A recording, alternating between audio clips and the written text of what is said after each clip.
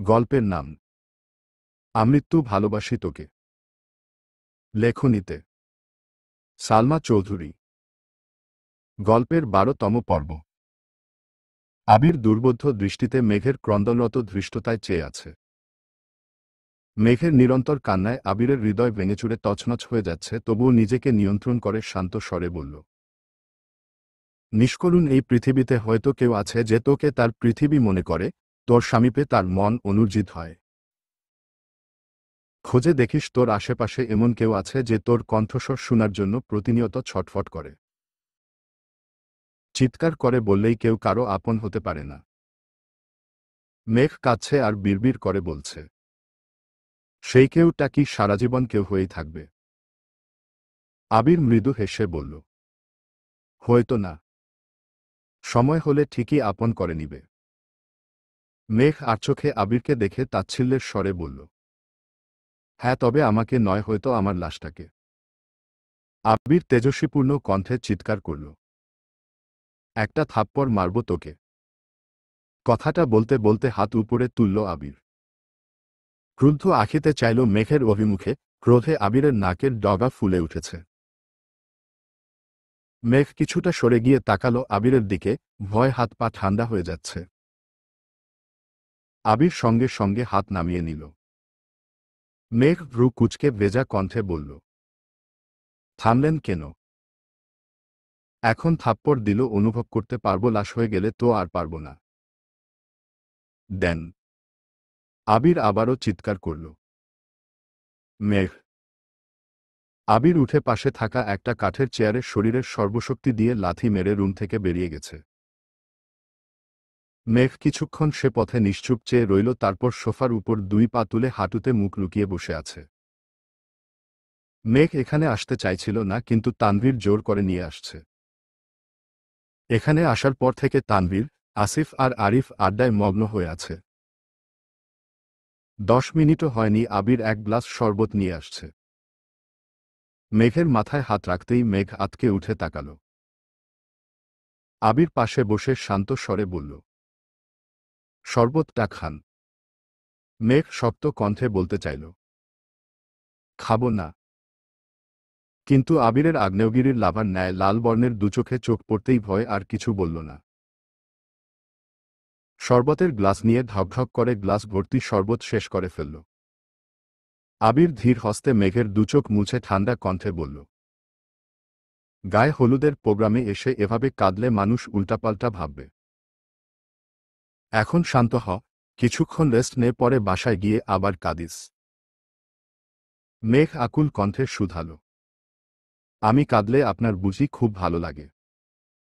আবির মনে মনে আওড়াল, তোর চোখে পানি দেখলে কলিজা ফেটে যায় আমার। আবির এক পলক মেঘের দিকে তাকিয়ে উঠে চলে যাচ্ছে। মেঘ মলিন কণ্ঠে জিজ্ঞেস করল, কিছু বললেন না? আবির কোনো উত্তর না দিয়ে বেরিয়ে গেছে। আবিরের এমন আচরণে মেঘের বড্ড অভিমান হল। আবির বেরিয়ে যেতেই জান্নাত, আইরিন, মিম একে একে ডেকে গেছে, কিন্তু মেঘকে এক চুলও নাড়াতে পারেনি। আবির বাসা থেকে বেরিয়ে কোথায় যেন চলে গেছে। রাকিব ফোনের পর ফোন দিচ্ছে। আগামীকাল রাকিবের বিয়ে, কোথায় একটু আনন্দ করবে, কিন্তু বন্ধুর জন্য তারও উপায় নেই।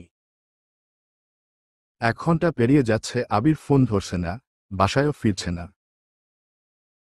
রাকিব, আসিফ, তানভীর একের পর এক কল দিয়ে যাচ্ছে। কারো কলই রিসিভ করছে না আবির। মেঘ চুপচাপ বসে বসে সবার কর্মকাণ্ড দেখছে।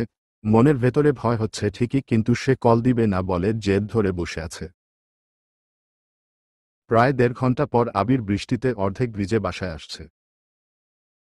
আবিরকে দেখেই রাকিব হুঙ্কার দিয়ে উঠল, কোথায় গিয়েছিলি তুই? তোর গেস্টদের সাথে দেখা করতে। ফোন ধরে বলা যাইত না? তোর যন্ত্রণায় কি বিয়েটাও করতে পারব না? আবির মলিন হেসে বলল, সরি। রাকিব এবার গলার স্বর নিচু করে জিজ্ঞেস করল, কি হয়েছে রে আবির? আরে কিছু হয়নি। আবির রুমে ঢুকতেই মেঘের দিকে এক পলক তাকাল। আবিরকে রুমে ঢুকতে দেখেই মেঘ পা নামিয়ে স্বাভাবিকভাবে বসেছে। আবির একটা চেয়ার টেনে একপাশে বসে পড়েছে। আইরিন তাড়াতাড়ি করে একটা টাওয়েল নিয়ে আসছে। আবিরের অর্ধেক শরীর ভেজা। আইরিন স্বাভাবিক স্বরে বলল, নাও মাথাটা মুছো, আমি আসিফ ভাইয়ার একটা শার্ট নিয়ে আসি। আবির গম্ভীর কণ্ঠে বলল, টাওয়েল, শার্ট কিছুই লাগবে না আমার। আইরিন ভ্রু কুঁচকে ভারী কণ্ঠে বলল, এমনিতেই ভিজে আসছো, আবার মাথাও মুছতেছ না, পরে কিন্তু সর্দি লেগে যাবে। আবির ভাবুক স্বরে বলল, তারপর কি নিউমোনিয়ায় আক্রান্ত হয়ে মরে যাব? আইরিন কপট রাগ দেখিয়ে বলল, বাজে কথা বলো কেন, নাও মাথা মুছো। আবির ভারী কণ্ঠে বলল, মরে গেলে মাথা মুছে কি করব? নিয়ে যা টাওয়েল। মেঘ তড়িৎ বেগে বসা থেকে উঠে এসে আইরিনের থেকে টাওয়েল নিয়ে শক্ত কণ্ঠে বলল, আইরিন একটা শার্ট নিয়ে আসো। আইরিন শার্ট আনতে চলে গেছে। মেঘ আবিরের চুল মুছতে মুছতে রাগী স্বরে বলল, আমি কাউকে মরে যেতে বলিনি। এমন সময় রাকিব ওদের ডাকতে রুমে আসছে। এই দৃশ্য দেখে দুহাতে মুখ লুকিয়ে ঠাট্টার স্বরে বলল, আমি মনে হয় ভুল রুমে চলে আসছি, এখন কি করব? আবির তপ্ত স্বরে বলল, মাফ চাও। মেঘ আবিরকে থামিয়ে স্বাভাবিক কণ্ঠে বলল, আপনি ঠিক রুমেই এসেছেন, ভেতরে আসুন। রাকিব ঠাট্টার স্বরে আবারও বলল, বন্ধু, আমার ভুল হয়ে গেছে, মাফ করে দিস। রাকিব বিড়বিড় করতে করতে রুমে আসল। যেই জীবনে এমন যত্ন পেলাম না, সেই জীবনের প্রতি ধিক্কার জানাই। মেঘ টাওয়েল সরিয়ে আবারও সোফায় গিয়ে বসল।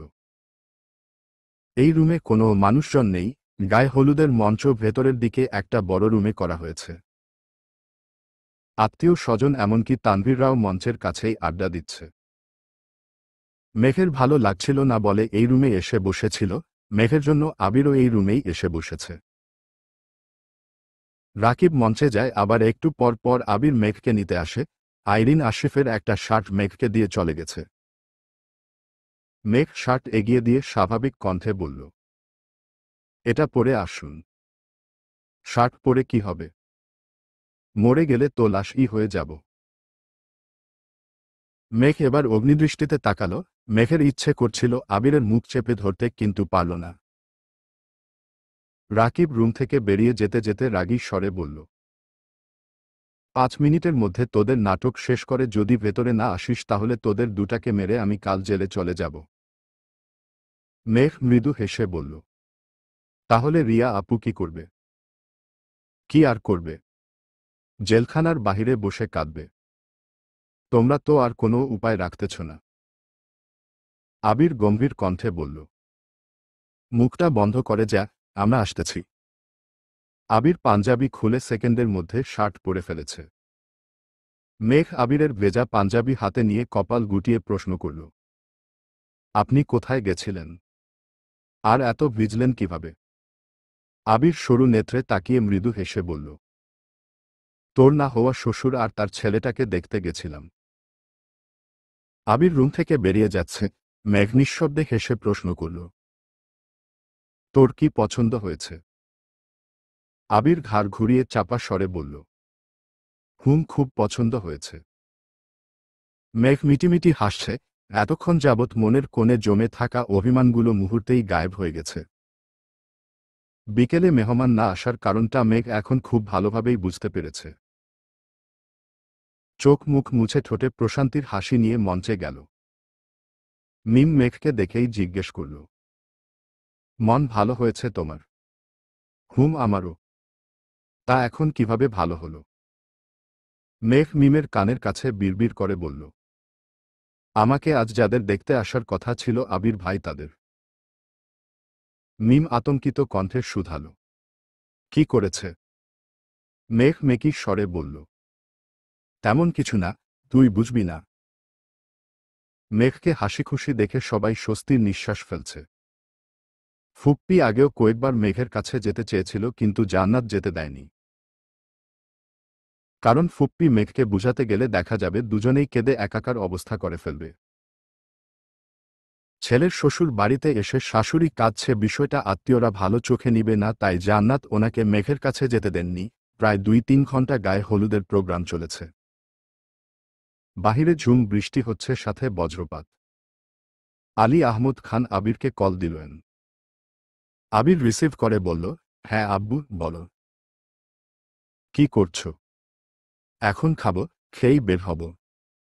আলী আহমদ খান ঠান্ডা কণ্ঠে বললেন, যদি থাকার সমস্যা না থাকে তাহলে আজ রাতটা ওখানেই থাকো। দিনের অবস্থা খুবই খারাপ, কখন কোনো অঘটন ঘটে বলা যায় না। আজ আসার দরকার নেই। আচ্ছা, ঠিক আছে। আবির সবাইকে জানিয়ে দিয়েছে।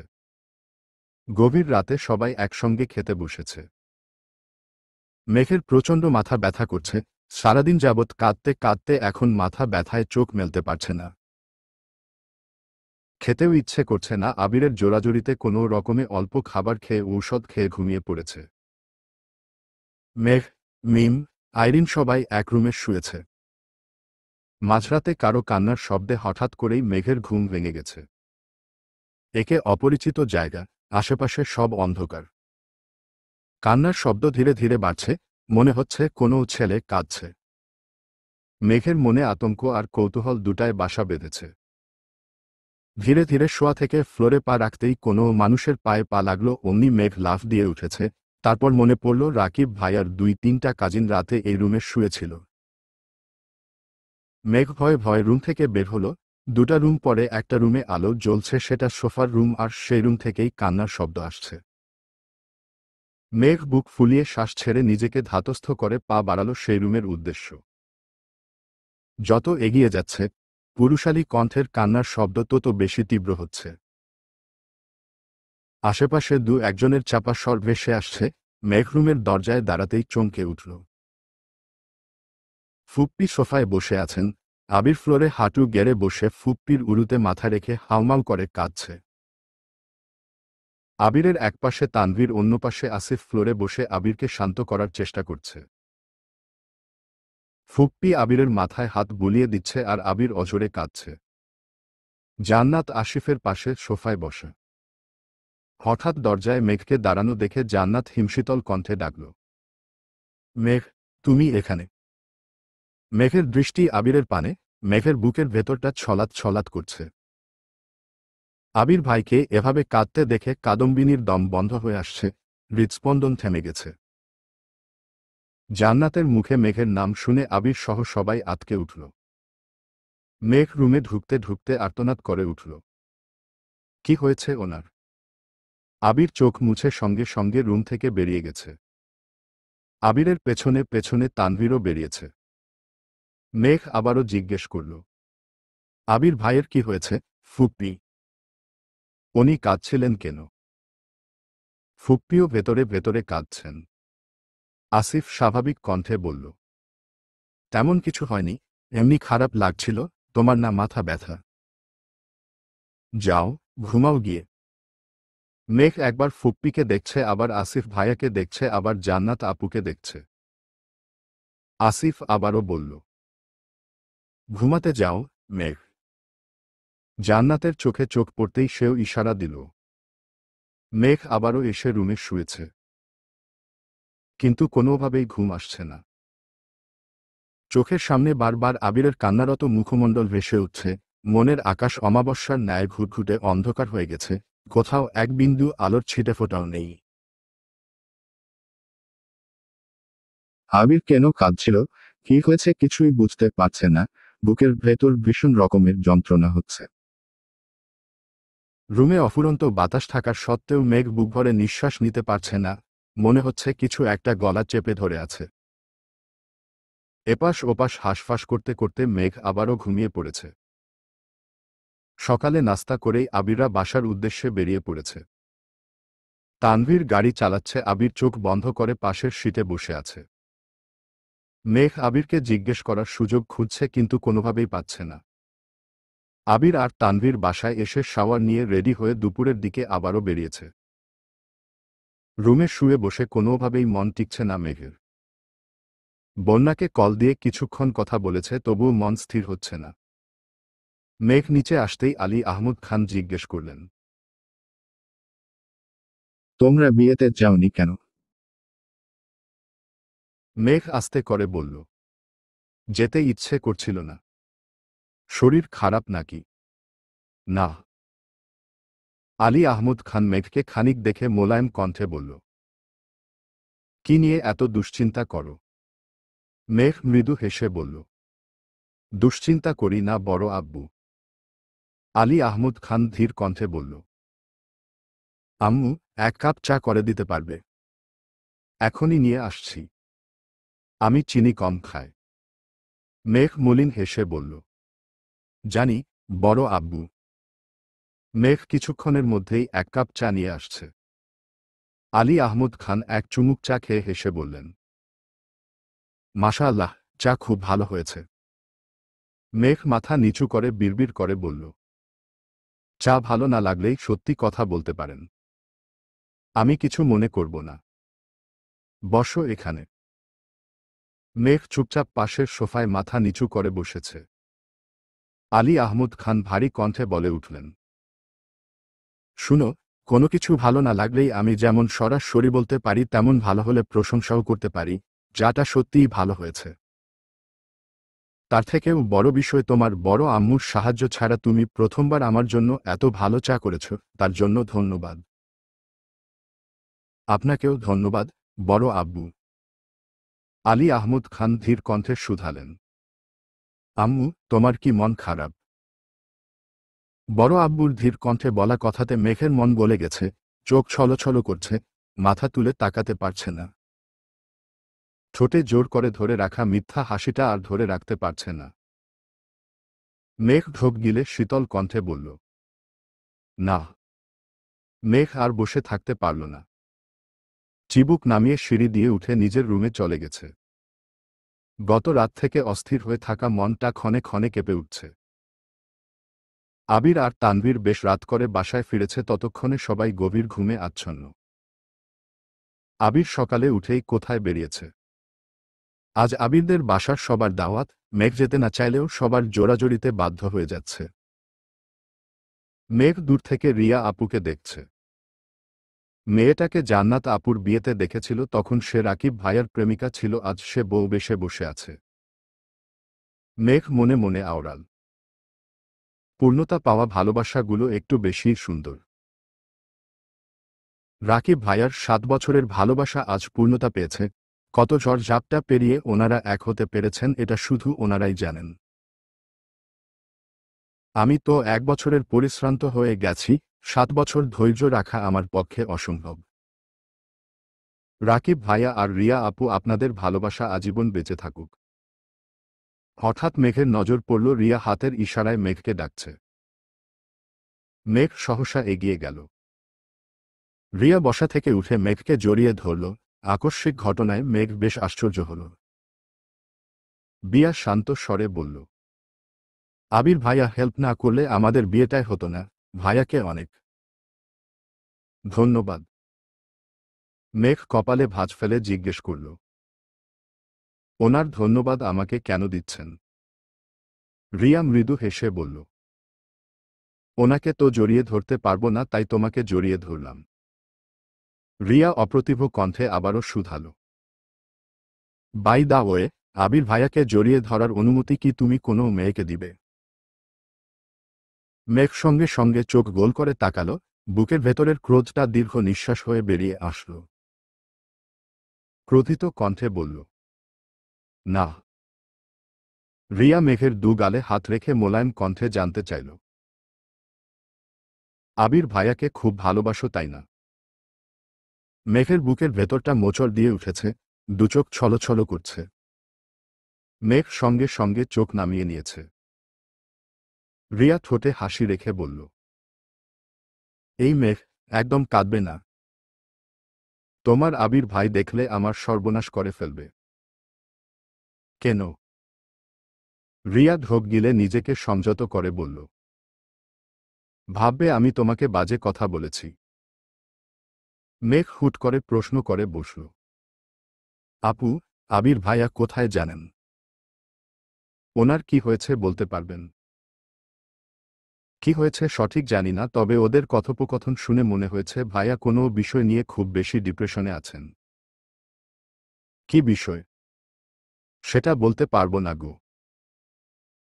ওরা দুই বন্ধু এমন ধাতু দিয়ে তৈরি যা শেয়ার করবে না, তা পেটে বোম্ব মারলেও বলবে না।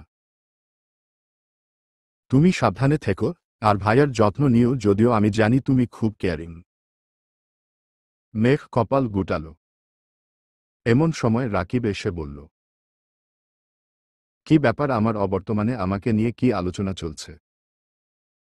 রিয়া ঠাট্টার স্বরে বলল, আহ, আসছে আমার সেলিব্রিটি গো, তাকে নিয়ে আমাদের আলোচনা করতে হবে। রাকিব সহাস্যে বলল, আমকে নিয়ে আলোচনা না করলে কি হবে, আমার বন্ধুকে নিয়ে ঠিকই করেছ। বলো করনি? রিয়া ভেংচি কেটে বলল, হ্যাঁ করেছি। তো আমার বন্ধু সেলিব্রিটি হলে তার বেস্ট ফ্রেন্ড হিসেবে আমিও সেলিব্রিটি। ওহ আচ্ছা, এই নিয়ম কবে থেকে চালু হলো? আজ এই মুহূর্ত থেকে। মেঘ তাদের খুনসুটি দেখছে আর হাসছে।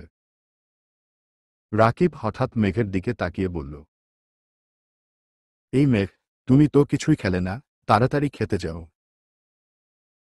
আবির তোমার জন্য না খেয়ে উপরে অপেক্ষা করছে। মেঘ উদ্বিগ্ন কণ্ঠে জিজ্ঞেস করল, আবির ভাই কখন আসছেন? অনেকক্ষণ। মেঘ দ্রুত ছুটছে। রিয়া রাকিবের দিকে তাকিয়ে প্রশ্ন করল, তুমি না কিছুক্ষণ আগে বলে গেলা ভাইয়া আসেনি? আরে মাত্রই আসছে। তাহলে মেঘকে অনেকক্ষণ বললা কেন? আবিরের প্রতি মেঘের এই উদ্গ্রীবটা দেখতে খুব ভালো লাগে। আবির বলতেই মেয়েটা অজ্ঞান। রিয়া ফোঁস করে শ্বাস ছেড়ে গম্ভীর কণ্ঠে বলল, তোমরা দুই বন্ধু শুধু মেয়েদের কষ্টই দিতে পারো। মেয়েটা আবির ভাইয়ার জন্য এত পাগল, তারপরও ভাইয়া কিছু বলে না কেন? মেঘের 1 বছরের ভালোবাসা দেখেই তুমি হতাশ, অথচ আবির কতগুলো বছর যাবৎ নিজের সাথে নিজে লড়াই করে চলেছে সে বেলায়। মেঘকে ছুটতে দেখে দেখে আবির কপাল গুটিয়ে ধীর কণ্ঠে জিজ্ঞেস করল, এভাবে ছুটছিস কেন? আপনি কোথায় ছিলেন? একটু কাজ ছিল। তুই নাকি খাসনি শুনলাম। কেন খাসনি? খিদে পায়নি নাকি? না। আবির কপট দুষ্টামির স্বরে বলল, পেটের 3 ভাগ যদি রাগ, জেদ আর অভিমানে ভরে থাকে, বাকি 1 ভাগে তো পানি থাকে। তাহলে আর খিদা লাগবে কেন? মেঘ ওষ্ঠ উল্টে বিড়বিড় করে বলল, মোটেই না। সবাই খেয়েছে, তুই খাসনি কেন? আপনি আসছিলেন না তাই। কল দিয়ে বলছিলি একবার। মেঘ চোখ পিটপিট করে তাকালো, ধীর কণ্ঠে বলল, মনে ছিল না। আবির তপ্ত স্বরে বলল, বাহ, খুব ভালো। ঈদের বেশ কিছুদিন কেটে গেছে। আবিরদের অফিস শুরু হয়ে গেছে, ভার্সিটিও খুলে গেছে। রাকিব আর রিয়া হানিমুনে গেছে, তাই আবিরের একা সবকিছু সামলাতে হচ্ছে। 2 অফিস সামলে রীতিমতো হিমশিম খাচ্ছে আবির। এক বিকেলে মেঘকে কল দিল আবির। মেঘ কল রিসিভ করতেই আবির বলল, আমাকে দেয়ার মতো একটুখানি সময় কি হবে আপনার? আবিরের আহ্লাদী কণ্ঠে বলা কথা শুনে মেঘ মুচকি হেসে বলল, কেন হবে না? আপনি চাইলেই হবে। তাহলে রেডি হয়ে বের হন। মেঘ রেডি হয়ে বের হতেই দেখল একটা রিকশা দাঁড়ানো। মেঘ আশপাশে আবিরকে খুঁজছে, কিন্তু আবির কোথাও নেই। অনেকটা সামনে যেতেই দেখল আবির একটা গাছের নিচে দাঁড়ানো। মেঘ ডাকতেই রিকশায় উঠে বসল। মেঘ আবিরের দিকে তাকিয়ে প্রশ্ন করল, বড় আব্বু তো সেদিন আপনাকে বাইক চালানোর অনুমতি দিয়েছে, তাহলে আপনার বাইক কোথায়? অফিসে। রিকশা দিয়ে কোথায় যাচ্ছি? দেখি কোথায় যেতে পারি। অনেকটা পথ গিয়ে দুজনেই রিকশা থেকে নামল। কোলাহল শূন্য একটা রাস্তা। হঠাৎ একটা গাড়ি আপন গতিতে ছুটছে। আবির মেঘকে নিয়ে একটা কালো রঙের নতুন ঝকঝকে প্রাইভেট কারের কাছে গিয়ে থামল। আবির মৃদু হেসে প্রশ্ন করল, গাড়িটা কেমন? মেঘ নিরুদ্বেগ ভঙ্গিতে বলল, ভালোই। পছন্দ হয়নি। কার না কার গাড়ি, আমি পছন্দ করে কি করব?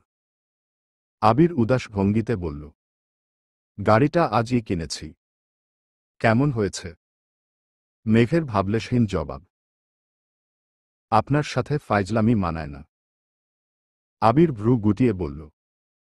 আমি ফাইজলামি করতে যাব কেন? সত্যি সত্যি আমার গাড়ি। এই যে চাবি। মেঘ অবিশ্বাস্য দৃষ্টিতে আবিরের হাতে থাকা চাবিটার দিকে তাকিয়ে রইল। ঢোক গিলে উষ্ণ স্বরে জানতে চাইল। আপনি গাড়ি কিনেছেন? জি, ম্যাডাম। কিন্তু কেন? আবির ভারী কণ্ঠে বলল। গাড়ি পছন্দ হয়েছে কিনা সেটা বল। মেঘের গাড়ির দিকে মনোযোগ নেই। রাগী স্বরে বলল। গাড়ি আমি দুচোখে সহ্য করতে পারি না। আবির মুচকি হাসল। মেঘ উদ্বিগ্ন কণ্ঠে জিজ্ঞেস করল। আপনার বাইক কোথায়? অফিসে। কেন? মেঘ কাদো কাদো মুখ করে আবারও শুধাল। আপনি গাড়ি কেন কিনলেন? আবির মৃদু হেসে বলল। মাঝে মাঝে নিজের অবস্থান বুঝাতে তীব্র অপছন্দের জিনিসকেও পছন্দের তালিকায় যুক্ত করতে হয়। মেঘ শীতল কণ্ঠে বলল। আপনি বাইক চালাবেন নাকি গাড়ি? আবির মেকি স্বরে বলল। আমি বাইক চালাবো আর তুই গাড়ি।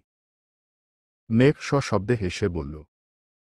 আমি গাড়ি চালালে আপনার গাড়ি আহত হবে আর আমি নি। আবির অগ্নিদৃষ্টিতে তাকাতেই মেঘ মুখ বন্ধ করে ফেলেছে। আবির স্বাভাবিক কণ্ঠে বলল। চল, ঘুরে আসি। মেঘ আবিরের পাশের সিটে বসে আবিরের দিকে তাকিয়ে আছে। আবির বাইক কেনাতে বাইকে উঠার জন্য মেঘ যতটা আগ্রহী ছিল, গাড়িতে উঠার জন্য সেই আগ্রহের এক অংশও নেই। ইটপাথরের শক্ত দেয়ালের মতোই খান বাড়ির প্রতিটা মানুষ পাষাণ হয়ে যাচ্ছে। সবাই সবার আপন হওয়া সত্ত্বেও মাঝে মাঝে নিষ্ঠুর মানবের ন্যায় আচরণ করে। আলী আহমদ খান একাই দুটা গাড়ি কিনেছেন, ইকবাল খান নিজের টাকায় আলাদা গাড়ি কিনেছেন, অবশেষে আবিরও গাড়ি কিনেছে। এ যেন প্রতিযোগিতা চলছে, নিজেদের অবস্থান যাচাইয়ের প্রবল প্রতিযোগিতা। আবির হঠাৎ মেঘের দিকে তাকিয়ে প্রশ্ন করল। গাড়ি কিনেছি বলে রাগ করেছিস? মেঘ মলিন হেসে বলল। না, রাগ করিনি। আপনার ইচ্ছে হয়েছে তাই কিনেছেন, এতে রাগ করার কি আছে? মেঘ এবার ঠান্ডা কণ্ঠে বলল। একটা কথা জিজ্ঞেস করি? হুমমম। রাকিব ভাইয়ার গায়ে হলুদের রাতে আপনি কাঁদছিলেন কেন? বেশ কিছু সময় নিশ্চুপ থেকে আবির তপ্ত স্বরে বলল। নিজের করা ভ্রান্তিগুলো অতর্কিতে বুকের ভেতর প্রদীপ্ত আগুনের উত্তাপ সৃষ্টি করলে সহস্রবার চেষ্টার পরও নিজেকে অবিচল রাখা যায় না। মেঘ কিছুই বুঝতে পারেনি, তাই প্রত্যুত্তরে কিছু বলতেও পারল না। ঘণ্টাখানেক মেঘকে নিয়ে ঘুরে অবশেষে রাস্তার একপাশে গাড়ি থামাল আবির। আশেপাশে অনেক মানুষ। মেঘ আবিরের দিকে তাকিয়ে প্রশ্ন করল। আমরা এখানে কেন আসছি? এমন সময় মিনহাজ আর তামিম এগিয়ে আসছে। ওদের দেখেই মেঘ গম্ভীর কণ্ঠে বলল। আমি এখানে থাকব না। আবির মেঘের হাত ধরে আটকে দিল। মিনহাজ আর তামিম এগিয়ে এসে কোমল কণ্ঠে বলল, সরি ভাই। আবির মৃদু হেসে দুজনের সাথে হ্যান্ডশেক করতে করতে বলল, কোনো ব্যাপার না। মেঘ রাগে কটমট করছে। আবির এত স্বাভাবিকভাবে কথা বলছে দেখে মেঘের আরও বেশি রাগ হচ্ছে। মিনহাজ আর তামিম আবিরের সাথে টুকিটাকি কথা বলছে। আর মেঘ ভেতরে ভেতরে ফুঁসছে। হঠাৎ কেউ একজন পেছনে থেকে মেঘের চোখে ধরে, মেঘ চোখে হাত রেখে বুঝার চেষ্টা করল। আনমনেই বলল, বন্যা। বন্যা চোখ ছেড়ে দিয়ে সামনে এসে বলল, হ্যাঁ বেবি। পেছনে থেকে মিষ্টিরাও বেরিয়ে আসছে। সবাইকে দেখে মেঘের মন আবারও খারাপ হয়ে গেছে। আবির স্বাভাবিক কণ্ঠে বলল, মেঘ, যা হয়েছে সব ভুলে যা। একটা সময় পর পরিবার থেকেও বন্ধুরা আপন হয়। তুই এখন সেই সময়ে আছিস। সামান্য বিষয় নিয়ে রাগ করে থাকিস না, প্লিজ। মেঘ রাগে ফোঁস করে বলল। এইটা সামান্য বিষয় ছিল না আর আমার কোনো বন্ধুর প্রয়োজন নেই। আবির শান্ত স্বরে বলল, প্লিজ মেঘ, এত রাগ করে থাকিস না। মিষ্টি, মিনহাজ, তামিম কানে ধরে সরি বলছে। মেঘ তবুও মুখ ফুলিয়ে রেখেছে। মেঘ রাগে কটকট করে বলল, আপনি বাসায় না গেলে আমি একাই চলে যাব। মিনহাজ আর তামিম কাদো কাদো মুখ করে বলল, তোর পায়ে ধরলে মাফ করবি আমাদের। মেঘ রাগী স্বরে বলল, না, তোরা তোদের মতো থাক, আমি আমার মতো থাকব। আবির মেঘকে নিজের দিকে ঘুরিয়ে মোলায়েম কণ্ঠে বলল, আমি চাই না আমার কারণে তুই তোর বন্ধুদের সাথে এমনভাবে সম্পর্ক নষ্ট করে দেশ। এইটা শুধুই একটা অ্যাক্সিডেন্ট ছিল আর কিছুই না। ওখানে কারো দায় ছিল না, বুঝার চেষ্টা কর। তুই নিজেকে আর কষ্ট দিস না, প্লিজ। আমি পারবো না, আমি ভুল করেছি, আমি আমার ভুলের শাস্তি হিসেবে নিজেকে একা করেছি। আমি একাই থাকব। আবির ঠান্ডা কণ্ঠে বলল, আমার কথা মানবি না। মেঘ এবার থামল। চোখ ছোট করে আবিরের দিকে তাকিয়ে রাগী স্বরে বলল, আপনি ওদের সাথে মিশার জন্য এত জোর করছেন কেন? আবির মলিন হেসে বলল, জানি না, কিন্তু আমি চাই তুই ওদের সাথে আগের মতো চলাফেরা কর। তুই আমার কথা মানবি কি না বল। মেঘ কিছুক্ষণ চুপ থেকে গম্ভীর কণ্ঠে বলল, আমি ওদের সাথে কথা বললে আপনি যদি খুশি হন তাহলে আমি কথা বলবো। ধন্যবাদ। আবির সবার থেকে বিদায় নিয়ে চলে গেছে। আড্ডা দেয়া শেষ হলে নিতে আসবে। মেঘরা কিছুটা এগিয়ে গিয়ে শান্তশিষ্ট জায়গা দেখে বসল। মিষ্টি উদ্গ্রীব হয়ে বলল, সরি মেঘ, আমাদের করা দুষ্টামিতে এত বড় বাঁশ খাবো ভাবতেই পারিনি। প্লিজ মাফ করে দে। তামিম গম্ভীর কণ্ঠে বলল, আসলে আমাদের জায়গা থেকে যেটাকে ঠিক মনে হয়েছিল আমরা সেটাই করেছি, কিন্তু আমাদের করা কাজটা যে ভুল ছিল সেটা বুঝতেই পারিনি। বন্যা গম্ভীর কণ্ঠে বলল, আমি বহুবার তোদের সাবধান করেছিলাম, তোরা আমার কথা পাত্তায় দেসনি। তোদের জন্য তানভীর ভাইয়ার কাছে কত বকা খেতে হয়েছে আমার। এর দায় কে নিবে? মিনহাজ গলা খাকারি দিয়ে বলল, আসলেই আমাদের সেদিন তোর কথা শোনা উচিত ছিল। একমাত্র তুইই ঠিক ছিলি। মিষ্টি বলে উঠল, বন্যা মেঘের ব্যাপারে বরাবরই ঠিক থাকে, আমরাই বারবার ভুল প্রমাণিত হয়। আসলে আমরা মেঘের সত্যিকার বন্ধু না। ডিপার্টমেন্টে পরিচয়, হয়তো 4-5 বছর একসঙ্গে পড়ব, তারপর যে যার মতো সব ভুলে চলে যাব। কিন্তু বন্যা, সে কিন্তু সেই স্কুল জীবন থেকে মেঘের সাথে আছে। মেঘ কেমন, ওর ইচ্ছে, পছন্দ অপছন্দ সবকিছু বন্যা সবচেয়ে বেশি জানে, অথচ আমরা বন্যার কথা না শুনে নিজেরা মায়া দেখিয়ে উল্টো বিপদে পড়লাম। তামিম গম্ভীর কণ্ঠে বলল, সত্যিই বন্যার মতো বান্ধবী পাওয়া ভাগ্যের বিষয়।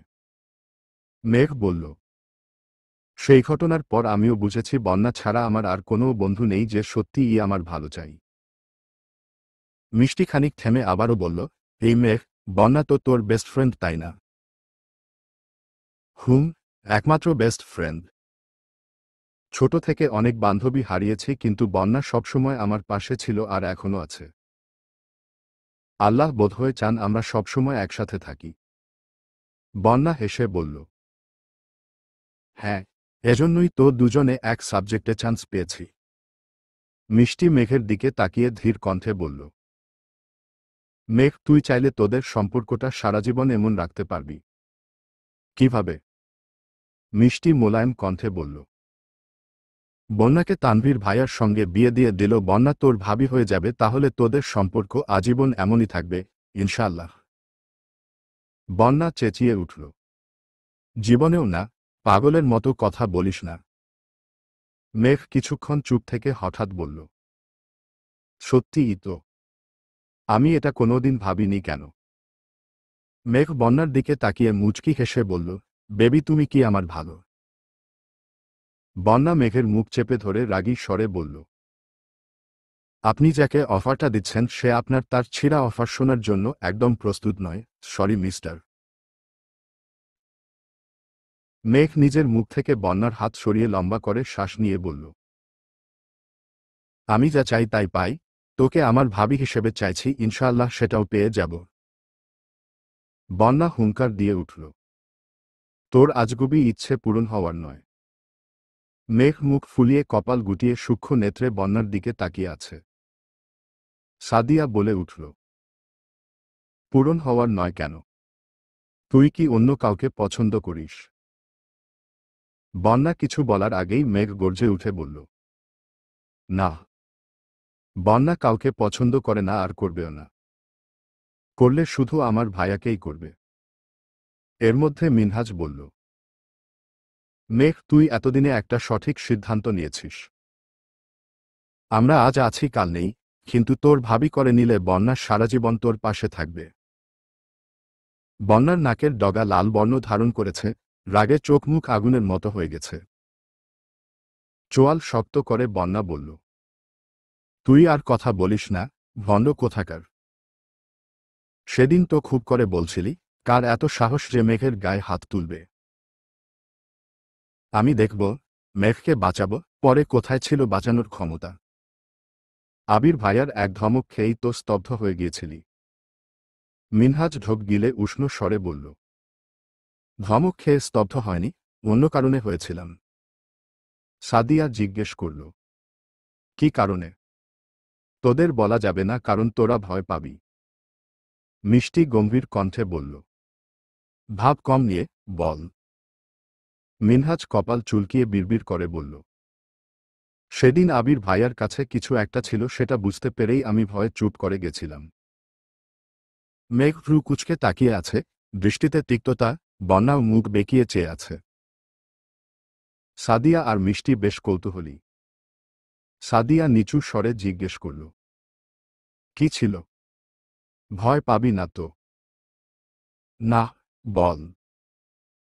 মিনহাজ ঢোক গিলে ধীর কণ্ঠে বলল, রিভল। মেঘ সঙ্গে সঙ্গে গর্জে ওঠে, চুপ কর মিনহাজ। আবির ভাইকে কি তোর গুন্ডা মনে হয়? আমার আবির ভাইয়ের নামে আর একটা বাজে কথা বললে আমি তোকে শেষ করে ফেলব। মিনহাজ ভ্রু গুটিয়ে ভাবলেশহীন জবাব দিল, আমি জানি তোরা বিশ্বাস করবি না, তাই তোদের এতদিন কিছু বলিওনি। তাছাড়া মেঘ, শুন, আবির ভাইকে গুন্ডা বলছি না আমি। শুধু বলছি ওনার কাছে এই রকম কিছু একটা আছে। বন্যা ফোঁস করে বলল, বাজে কথা বলিস না মিনহাজ। আবির ভাইয়াকে দেখেই তুই ভয় পেয়ে চুপসে গেছিস, সেটা স্বীকার কর। মিনহাজ গম্ভীর কণ্ঠে বলল, ওনাকে দেখে ভয় পাইলে হয়তো ভয় পালাইতাম, না হয় শুরু থেকে চুপ করে স্ট্যাচুর মতো দাঁড়িয়ে থাকতাম। কিন্তু তোদের মনে আছে কিনা জানি না, আমি কিন্তু ঠিকই কথা বলতে এগিয়ে গেছিলাম। ওনার ধমক খেয়ে থামছি ঠিক আছে, কিন্তু আমার নজর ছিল ওনার হাতের দিকে। উনি বারবার পেছনে থেকে কিছু একটা বের করতে চাইছিলেন, কিন্তু ওনার বন্ধু হাত চেপে ধরে বারবার বারণ করছিল। আমি যতক্ষণ মাথা নিচু করে দাঁড়িয়েছিলাম ততক্ষণ শুধু সেদিকেই তাকিয়েছিলাম। মেঘ অবিশ্বাস্য কণ্ঠে বলল, তুই বললি আর আমি বিশ্বাস করে ফেলব? জীবনেও না। বিশ্বাস করতে হবে না, যেদিন স্বচক্ষে দেখবি সেদিন আমার এই কথাটা মনে করিস, তাহলেই হবে। অবশ্য তোর সামনে ওনার ওই রূপটা আসার সম্ভাবনা খুবই কম। সাদিয়া নম্রভাবে জিজ্ঞেস করল, কেন? মিনহাজ ফের বলল, মেঘের সামনে আবির ভাইয়া খুব ফরমাল অথচ আড়ালে। মেঘ ভারী কণ্ঠে শুধালো, আবির ভাইয়ের কাছে যদি সত্যিই কিছু থাকত, উনি অ্যাক্সিডেন্ট করার পর কোথায় হওয়া হয়ে গিয়েছিল? হাসপাতালের তো আমি সর্বক্ষণ ওনার সাথে ছিলাম। সেখানে তোমাকে দেখিনি কেন? মিনহাজ সশব্দে হেসে বলল, ওনাকে হাসপাতালের যে আনছিল, এই কথাটা তাকে জিজ্ঞেস করিস। মেঘ কপাল কুঁচকে ভাবছে। সেদিন মেঘরা হাসপাতালের যাওয়ার আগেই আবিরকে রুমে পাঠিয়ে দেয়া হয়েছিল, তাছাড়া তানভীর ভাইয়াও সেখানে ছিল না। তাহলে কি মিনহাজের বলা কথায় সত্যি? মেঘ নিজের মাথায় নিজে গাঁটটা মেরে মনে মনে বিড়বিড় করল, আমি কি ভাবছি এসব? বন্যা মেঘকে এক পলক দেখে ধমকের স্বরে বলল, চুপ করবি। তোদের আজেবাজে কথা শুনে ইচ্ছে করতেছে ওই লাঠিটা দিয়ে তোর মাথায় মারি। তামিম এবার করুণ স্বরে বলল, হ্যাঁ, একেবারে মেরে ফেল। কপালের কোনো ফেরে যে তোদের দুটার সাথে বন্ধুত্ব হয়েছিল একমাত্র আল্লাহ ভালো জানেন। একজন 3 দিন বন্দী। মিনহাজ তামিমকে গুথা দিতেই তামিম চুপ করে গেছে। বন্যা তৎক্ষণাৎ জিজ্ঞেস করল, এই মিনহাজ, তখন 3 দিন তোরা কোথায় ছিলি? কি হয়েছিল তোদের সাথে? সেসব বলা বারণ আছে। সাদিয়া ঠাট্টা করে বলল, মায়ের কেমন খাইছিলি? তামিম আস্তে করে বলল, শুরুটা অশুভ হলেও শেষটা খুব উৎকৃষ্ট ছিল, মনের রাখার মতো। মিষ্টি হালকা ধমকের স্বরে বলল, আগের কাহিনী বাদ দে, আজকের দিনে আয়। বন্যা এবার তুই কিছু বল। বন্যা রাগী কণ্ঠে বলল, আমি নতুন করে কিছু বলতে চাই না। মেঘ আমার বেস্ট ফ্রেন্ড, আমি সারা জীবন বেস্ট ফ্রেন্ড হিসেবেই ওকে সাপোর্ট করব, ইনশাল্লাহ। মেঘ রাগান্বিত কণ্ঠে বলল, এমন বহু বেস্ট ফ্রেন্ড দেখেছি যারা শুরুর দিকে একে অপরকে ছাড়া বাঁচে না, প্রয়োজন শেষে কিংবা দুজনের দূরত্ব বেড়ে গেলে যোগাযোগ বন্ধ হয়ে যায়, চোখের আড়াল থেকে ধীরে ধীরে মনের আড়ালো হয়ে যায়। আমি তেমন সম্পর্ক চাই না। আল্লাহ যেহেতু আমাদের এত বছর একসাথে রেখেছেন, আশা করব বাকি জীবনও রাখবেন। আজ এই মুহূর্তে তোদের সাক্ষী রেখে বন্যাকে আমি আমার ভাবি হিসেবে স্বীকৃতি দিয়ে দিচ্ছি। বন্যা এখন চাইলেও আমার ভাইকে ছাড়া কাউকে ভালোবাসতে পারবে না। বন্যা আমার ভাবি, আজ থেকে আমি বন্যাকে ভাবি ডাকব, এটাই ফাইনাল। বন্যা গম্ভীর কণ্ঠে বলল, সব বিষয়ে পাগলামি করিস না, এটা সম্ভব না মেঘ। মেঘ শক্ত কণ্ঠে বলল, সম্ভব অসম্ভব আমায় বলতে হবে না। আমি এত কিছু শুনতেও চাই না। তুই আমার ভাবি মানে ভাবি। এ বিষয়ে আমি আর একটা কোথাও শুনতে চাই না। বন্যা কপাল গুটিয়ে মেঘকে দেখছে। মেয়েটা একদমে কথাগুলো বলে শেষ করে ঘন ঘন নিঃশ্বাস ছাড়ছে। মেঘ ইদানিং শান্ত স্বরে কথা বলে, কাউকে মানাতে না পারলে তৎক্ষণাৎ আবিরের মতো শক্ত আর সাবলীল ভঙ্গিতে নিজের ইচ্ছেকে অন্যের উপর চাপিয়ে দেয়। আজও তাই করছে। মেঘের এমন পাগলামিতে বন্যা বরাবরই অভ্যস্ত। কিছুদিন আগেই আবিরের মুখে ভালোবাসি শুনতে উঠে পড়ে লেগেছিল, সে ঝামেলা মিটল কিনা আবারও আরেক পাগলামিতে মেতেছে। মেঘকে যে যা বলে, যদি ওর সেটাকে ঠিক মনে হয় তাহলে সেটা নিয়েই হইচই শুরু করে। এতদিন যা কিছু নিয়েই হই হুল্লোড় করুক না কেন, আজ মেঘের পাগলামির মূল কেন্দ্রবিন্দু বন্যা। তানভীরের প্রতি বন্যার কোনোকালেই তেমন আগ্রহ ছিল না। মেঘকে করা শাসন দেখেই বন্যা ভীত হয়ে থাকত। তানভীর বাসায় থাকলে কখনো মেঘদের বাসায়ও যেত না, কথা বলা তো দূরের বিষয়ে। বছরখানেক যাবৎ ফোনে মাঝে মধ্যেই কথা হয় তানভীর আর বন্যার, তবে সেখানেও থাকে বিশাল এক সীমাবদ্ধতা। প্রয়োজনের বাহিরে তানভীর দু একটা কথা জিজ্ঞেস করলেও বুক কাঁপে বন্যার। বন্যা বরাবরই স্পষ্টভাষী একটা মেয়ে, কোনো কিছু ভালো না লাগলেই মুখের উপর না বলতে দুবার ভাবে না, কিন্তু মেঘের সাথে সেভাবে কথা বলতে পারে না, কারণ মেঘ খুব অভিমানী।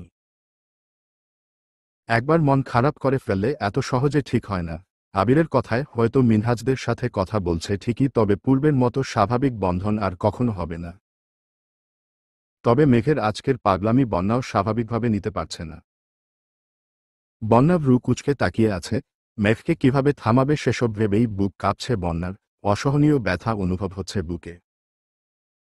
মিনহাজ হুট করে বলে ফেলল, আজ থেকে সবাই মেঘ আর বন্যা দুজনকেও ভাবি ডাকবি, বুঝলি? মেঘ, বন্যা, সাদিয়ারা সবাই একসঙ্গে শুধাল। কেন? মিনহাজ মুখে হাসি রেখে বলল, মেঘ আবির ভাইয়ার বউ, তার মানে আমাদের ভাবি, আর বন্যা তানভীর ভাইয়ার বউ। বন্যা ধমক দিয়ে বলল, মেঘকে ডাকতে ইচ্ছে হলে ডাক, আমায় কিছু ডাকতে আসবি না। তামিম লম্বা করে শ্বাস টেনে ফোঁস করে ছেড়ে উদাসীন ভঙ্গিতে বলল, থাক ভাই, আমরা কোনো রিস্ক নিতে চাই না। আজ থেকে মেঘও ভাবি, তুইও ভাবি। মেঘ গম্ভীর কণ্ঠে বলল, আবির ভাইয়ের সাথে আমার বিয়ে হয় কি না সন্দেহ। ভাবি ডেকে আমার কোমল মনে আর আঘাত দিস না। মিনহাজ মুখে হাসি রেখে বলল, আমরা এত কিছু জেনে কি করব? বাঁচতে হলে ভাবি ডাকা ছাড়া উপায় নাই। আর ভাবি প্লিজ আমাদের মাফ করে দিবেন। আর বন্যা ভাবি প্লিজ আপনিও আমাদের মাফ করে দিবেন। বন্যার আগে ফুঁসতে ফুঁসতে বলল, আমাকে একদম ভাবি ডাকবি না। মেঘ পাগলামি করছে, সাথে তোরাও শুরু করছিস। তামিম মৃদুস্বরে বলল, মেঘের ভাবি অথবা অন্য কারো বউ যাই হোস না কেন ঘুরে ফিরে আমাদের ভাবিই হবি। তাই তোরা দুজনেই আমাদের ভাবি। মেঘ নিজের হাঁটুর উপর হাত রেখে মেকি স্বরে বন্যাকে ডাকল, ভাবি, ওই ভাবি। বন্যা অগ্নিদৃষ্টিতে মেঘের দিকে তাকাতেই মেঘ আতঙ্কে কিছুটা পিছিয়ে ওষ্ঠ উল্টে বিড়বিড় করে বলল, দেখো ভাবি, তুমি আমার সাথে এমন ব্যবহার করতে পারো না।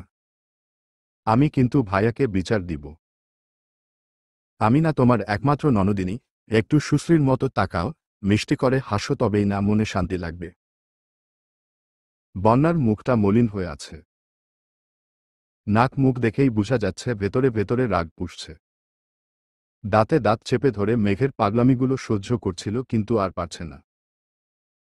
বন্যা রাগী স্বরে বলতে শুরু করল, মেঘ, তোর এই পাগলামির কোনো ভিত্তি নেই। তুই আমার বেস্ট ফ্রেন্ড, তোর সাথে আমার ভালো সম্পর্ক আছে, সেটা ভিন্ন কথা। সেখানে পরিবার টানা একদমই উচিত না। তোর ভাই যেই রাগী হঠাৎ প্রয়োজন দুইটা কথা বলতেই আমার 10 বার ভাবতে হয়, সেখানে ওনার প্রতি অন্য কিছু আমি কখনো ভাবতে পারি না। আমি তোর পাগলামির মানে ঠিকই বুঝতে পেরেছি, কিন্তু তোর এই ইচ্ছে পূরণ করার সাধ্য আমার নেই।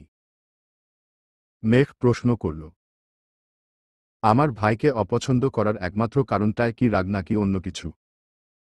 অন্য কিছু মানে? কিছু না। বন্যা ঢোক গিলে চুপচাপ বসে আছে। আরও 30 মিনিটের মতো চলল এই নীরব যুদ্ধ। মিনহাজ, তামিম, মিষ্টি, সাদিয়াও বন্যাকে বোঝানোর চেষ্টা করছে, কিন্তু বন্যা নিজের জায়গায় অনড়। মেঘ কিছুক্ষণ জোর গলায় চেঁচামেচি করে হঠাৎই শান্ত হয়ে গেছে। প্রায় 15 মিনিট যাবৎ মেঘ নিশ্চুপ হয়ে বসে আছে, বন্যা বেশ কয়েকবার খেয়াল করেছে। মেঘের অভিমান বুঝেও বন্যা কিছু বলল না। মেঘ হঠাৎই ধীর স্বরে বলল, প্লিজ তোরা এবার থামো। সরি বন্যা। বন্যার সাথে সাথে সবাই ভ্রু কুঁচকে মেঘের দিকে তাকাল। মেঘের চোখ মুখ ফ্যাকাশে হয়ে গেছে। বন্যা রাজি হয়নি বলে মেঘের মন এত তাড়াতাড়ি খারাপ হয়ে যাবে এমন মেয়ে মেঘ নয়। মেঘের গাম্ভীর্যতা দেখে বন্যার ভয় হচ্ছে। কোনো কথা থেকে কোনো মানে বের করে গাল ফুলিয়েছে, এটা বোঝা দুষ্কর। বন্যা এবার আদুরে ভঙ্গিতে বলল, কি হয়েছে বেবি? মেঘ বন্যার দিকে এক পলক তাকালো, তবে দৃষ্টিতে বিন্দুমাত্র উত্তাপ নেই। বন্যা মলিন মুখ করে আবারও বলল, বেবি, তুমি কি রাগ করেছ? মেঘ জিভ দিয়ে ঠোঁট ভিজিয়ে অনুষ্ণ কণ্ঠে বলল, না, রাগ করিনি।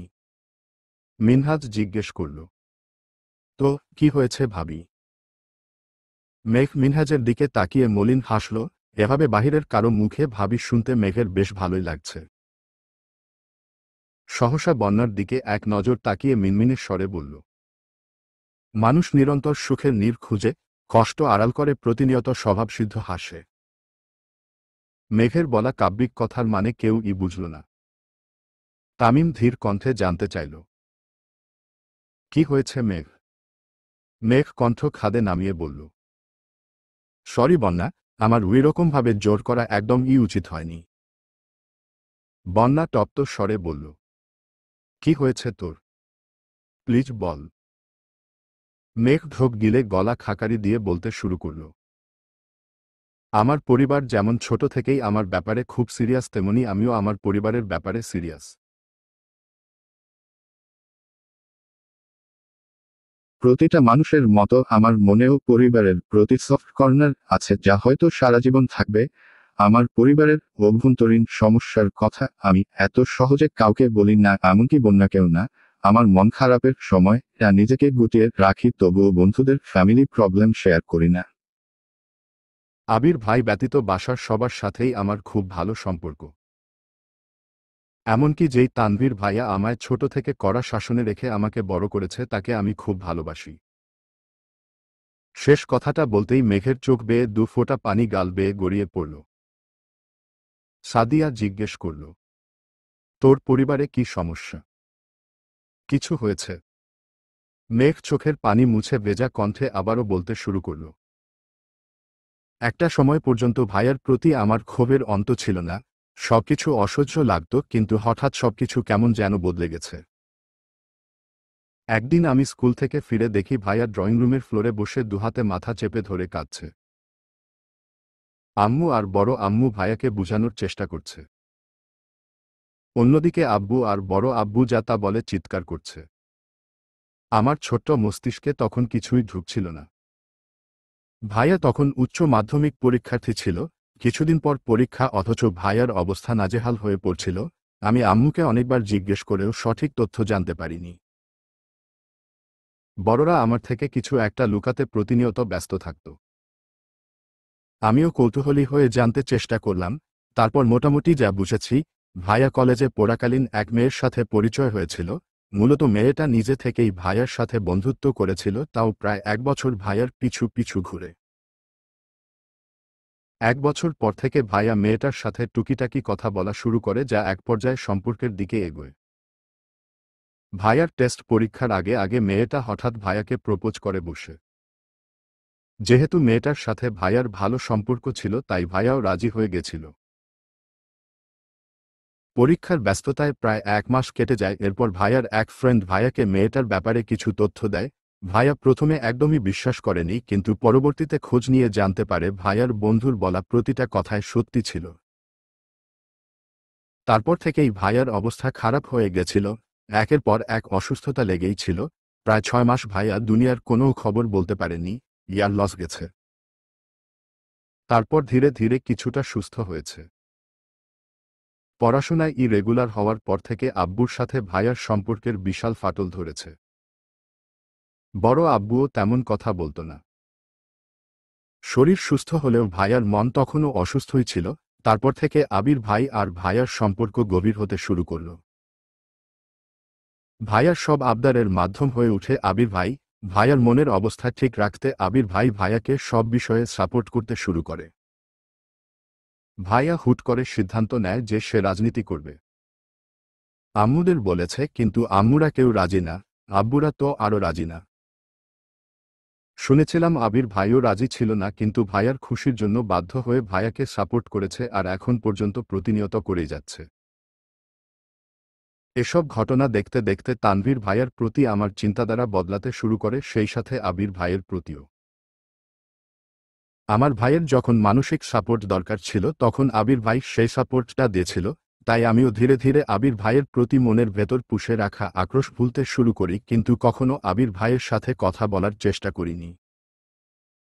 বন্যা ভ্রু কুঁচকে তাকিয়ে আছে। সাদিয়া প্রশ্ন করল, মেয়েটা কি করেছিল? আমি বিস্তারিত জানি না, তবে শুনেছি মেয়েটা তার গ্রামের স্কুলে পড়াশোনা করাকালীন স্থানীয় এক ছেলের সাথে সম্পর্কে জড়িয়েছিল, যা মোটামুটি 4-5 বছরের। তারপর এখানে এসে ভর্তি হয়। তখন ভাইয়াকে দেখেছে মোটামুটি পরিচিত আর ছেলে এলাকার স্থানীয়। তাছাড়া তখন ভাইয়া দেখতে শুনতে অনেক কিউট ছিল। সব মিলিয়ে ওই মেয়ে ভাইয়াকে পছন্দ করে ফেলে। আগের প্রেমিক এসব জানার পর তাদের মধ্যে কি ঝামেলা হয়। এরপর মেয়েটা জেদ করে ভাইয়ার সাথে সম্পর্কে জড়ায়। ওই ছেলেও কম ছিল না। যখন নিজে মেয়ের সাথে পারছিল না, তখন মেয়ের বাড়িতে জানিয়ে দেয়। মেয়েকে নিয়ে ঝামেলা শুরু হয়। সেই ঝামেলায় আমার ভাই ফেঁসে গেছিল। কথা নাই বার্তা নেই, মেয়ের বাবা একদিন আমাদের বাসায় এসে যা তা বলেছে, যা আব্বু আর বড় আব্বু সহ্য করতে পারেনি। সেই থেকে আমাদের বাসার মূল ঝামেলার শুরু হয়েছিল। মিষ্টি চাপা স্বরে বলল, তোর ভাই এখন ঠিক আছে তো? মেঘ মৃদু হেসে বলল, এখন ভাইয়া একদম ঠিক আছে। জানি না ভাইয়ার মনের কি অবস্থা। কখনো এই বিষয়ে বিস্তারিত জানতে চাইনি আমি। ভাইয়া সুস্থ হওয়ার পর থেকে আম্মুরা বা আমাদের সাথে কখনো খারাপ ব্যবহার করেনি। সেই ঘটনার পর থেকে ভাইয়ার মুখে কোনো মেয়ের কথা ভুলেও শুনিনি। কখনো কারো সাথে তেমন কথা বলতেও দেখিনি। মেঘ একটু থেমে আবারও বলল, সরি বন্যা, তোর সাথে খুব ভালো সম্পর্কের জন্য আমি তোকে ভাবি হিসেবে চাইছি, আর কিছুই না। আমি চাই না আমার পাগলামির জন্য তুই আমার ভাইকে ভুল বুঝিস। ভাইয়া যেহেতু আমার আর তুইও আমার বেস্ট ফ্রেন্ড, তাই আমি কাউকেই কষ্ট দিতে পারবো না। আমি চাই আমার ভাইয়ের জীবনে এমন কেউ আসুক যে আমার ভাইয়ের অতীত জেনে তাকে ভালোবাসবে। মিথ্যা মায় নয়, বরং সত্যিকার ভালোবাসার বন্ধনে জোড়াবে, যেখানে কোনো মিথ্যের দেয়াল থাকবে না, নিজেকে বিশ্বস্ত প্রমাণ করার চেষ্টা থাকবে না। আমার ভাই ছন্নছাড়া, নির্লিপ্ততা কিংবা রাগী সবকিছু জেনে শুনে যে আমার ভাইকে ভালোবাসবে, আমি সারাজীবন তাকে আগলে রাখব। হঠাৎ পেছনে থেকে তানভীর ডাকল, বনু, বাসায় যাবি না? মেঘ চোখ মুছে ঘাড় ঘুরিয়ে স্বাভাবিক কণ্ঠে বলে, আসছি। মেঘ বসা থেকে উঠতে উঠতে শীতল কণ্ঠে বলল, সরি বন্যা, প্লিজ কিছু মনে করিস না। বন্যা কিছু বলার আগেই মেঘ চলে গেছে। বন্যা তাকাতেই তানভীরের চোখে চোখ পড়ল। তানভীর বন্যাকে উদ্দেশ্য করে বলল, সন্ধ্যা হয়ে যাচ্ছে, বাসায় যাও। বন্যা সঙ্গে সঙ্গে চোখ নামিয়ে নিয়েছে। মিনহাজ বলে উঠল, আপনারা যান, আমি এখনই রিকশা ঠিক করে দিচ্ছি। তানভীর এক পলক ওদের দেখল। মেঘ ততক্ষণে তানভীরের কাছাকাছি চলে আসছে। মেঘের চোখ এখনো ছলছল করছে। পশ্চিমা আকাশে হেলে পড়া সূর্যের রক্তিম আলোতে মেঘের অশ্রুসিক্ত চোখ চিকচিক করছে। তানভীর তপ্ত স্বরে জিজ্ঞেস করল, কাঁদছিস কেন? মেঘ অবিলম্বে চোখ মুছে ভেজা কণ্ঠে বলল, চলো যাই। তানভীর আবারও প্রশ্ন করল, এতক্ষণ যাবৎ এখানেই বসে আছিস, খাসনি কিছু? মেঘের তড়িৎ জবাব, না। মেঘের হঠাৎ মাথায় আসছে আবির ভাই নতুন গাড়ি কিনেছে। মিনহাজেরা যেহেতু তাকে আবির ভাইয়ের বউ ভাবে, তাই ভাবি হিসেবে মেঘের ওদেরকে ট্রিট দেয়া উচিত। মেঘ থমকে দাঁড়িয়ে উত্তেজিত কণ্ঠে বলল, আমি আগামীকাল তোদের ট্রিট দিব, চলে আসিস। তারপর তানভীরের সাথে চলে গেছে। মেঘের মুখে হাসি আছে, তবে চোখের পাপড়িগুলো এখনো ভেজা। আবির ড্রাইভিং সিটে বসেছিল। মেঘের শুকনো মুখ আর ভেজা চোখ দেখেই কপাল গুটালো। তানভীরের দিকে তাকিয়ে ইশারায় জানতে চাইল, কিন্তু তানভীরও জানে না। আবির শীতল কণ্ঠে প্রশ্ন করল, কেউ কিছু বলছে? মেঘ ফিক করে হেসে উল্টো প্রশ্ন করল, আমাকে কেউ কিছু বলার সাহস আছে? আবির আর তানভীর দুজনেই নিঃশব্দে হেসে গাড়ি স্টার্ট দিল। টুকটাক খাওয়া দাওয়া করে বাসার মানুষদের জন্য খাবার নিয়ে বাসায় ফিরতে ফিরতে সন্ধে হয়ে গেছে। আলী আহমদ খান আর মোজাম্মেল খান নামাজের জন্য কেবলই বাসা থেকে বের হচ্ছিলেন। নতুন গাড়ি থেকে আবিরদের নামতে দেখে ওখানেই থমতে দাঁড়ালেন। মেঘ, আবির, তানভীর তিনজনই গাড়ি থেকে নেমেছে। মোজাম্মেল খান মেঘকে প্রশ্ন করলেন, কোথায় গিয়েছিলে তুমি? বন্ধুদের সাথে দেখা করতে, তারপর ভাইয়ারা নিয়ে আসছে। আলী আহমদ খান আবিরকে উদ্দেশ্য করে জিজ্ঞেস করলেন, গাড়ি কি তুমি কিনেছ নাকি অন্য কারোর? আমি কিনেছি। মোজাম্মেল খান গম্ভীর কণ্ঠে বললেন। বাড়িতে 3টা গাড়ি থাকা সত্ত্বেও অ্যাকাউন্ট থেকে টাকা তুলে নিজস্ব গাড়ি কেনার কোনো মানে নেই। আবির মাথা নিচু করে দাঁতে দাঁত চেপে ধরে নিজের রাগ সংযত করার চেষ্টা করল। ছোট করে শ্বাস ছেড়ে মাথা তুলে নিরেট কণ্ঠে বলল, চেক করে দেখবেন, অ্যাকাউন্ট থেকে যে টাকাটা তুলেছিলাম সেটা রেখে দিয়েছি, আর আমি আমার টাকা দিয়ে গাড়িটা কিনেছি। আলী আহমদ খান গম্ভীর কণ্ঠে বললেন। আবির, তোমাকে অ্যাকাউন্টে টাকা রাখতে একবারও বলা হয়নি। তোমার অ্যাকাউন্ট, তুমি যখন খুশি টাকা তুলবে। আমি সেদিন শুধু জানতে চেয়েছিলাম। আবির মৃদু হেসে বলল, সেদিন কারণ জানতে চেয়েছেন, আজ বলছিলেন আপনাদের জমানো টাকা দিয়ে গাড়ি কিনেছি। 2 দিন পর আমি অন্য কিছু করলে দেখা যাবে সেখানেও আপনাদের জমানো টাকার কথাটাই উঠবে। তার থেকে ভালো আপনাদের টাকা জমা রেখে দিলাম। আলী আহমদ খান ভারী কণ্ঠে শুধালেন, নিজের যোগ্যতা প্রমাণ করছ? আবির মলিন হেসে বলল, হয়তো। মোজাম্মেল খান কিছু বলতে চেয়েও থেমে গেলেন, পাশ কাটিয়ে নামাজের জন্য চলে গেছেন। আবির, তানভীর নিজেদের রুমে চলে গেছে। মেঘ আম্মু, বড় আম্মু, কাকিয়া, মিম আদিকে ডেকে এনে আবিরের গাড়ি দেখাচ্ছে। বিকেল বেলা গাড়িটা দেখে মেঘের সত্যি খুব রাগ হয়েছিল। তবে এখন আর সেই রাগটা নেই। ঈদের দিনের মতো এত সুন্দর একটা দিনেও যেখানে আব্বু আর বড় আব্বু টাকার হিসেব চাইতে পারে, সেখানে আবির ভাইয়ের গাড়ি কিনে নিজের অবস্থান প্রমাণ করাটা দোষের কিছু না। আবিরের জন্য এখন অন্যরকম ভালো লাগা কাজ করছে। মেঘ রুমে এসে চোখ বন্ধ করল, অমনি আবিরের কণ্ঠস্বর মেঘের কানে বাজছে। আবিরের গায়ের গন্ধ অনুভব করে আচমকা চোখ মেলল মেঘ। মস্তিষ্কে সর্বক্ষণ এক আবির ভাই তোলপাড় চালাচ্ছে, শয়নস্বপনে শুধু আবির ভাইয়ের সত্তাকে উপলব্ধি করে। পরদিন ভার্সিটিতে যেতেই বন্যার সাথে দেখা।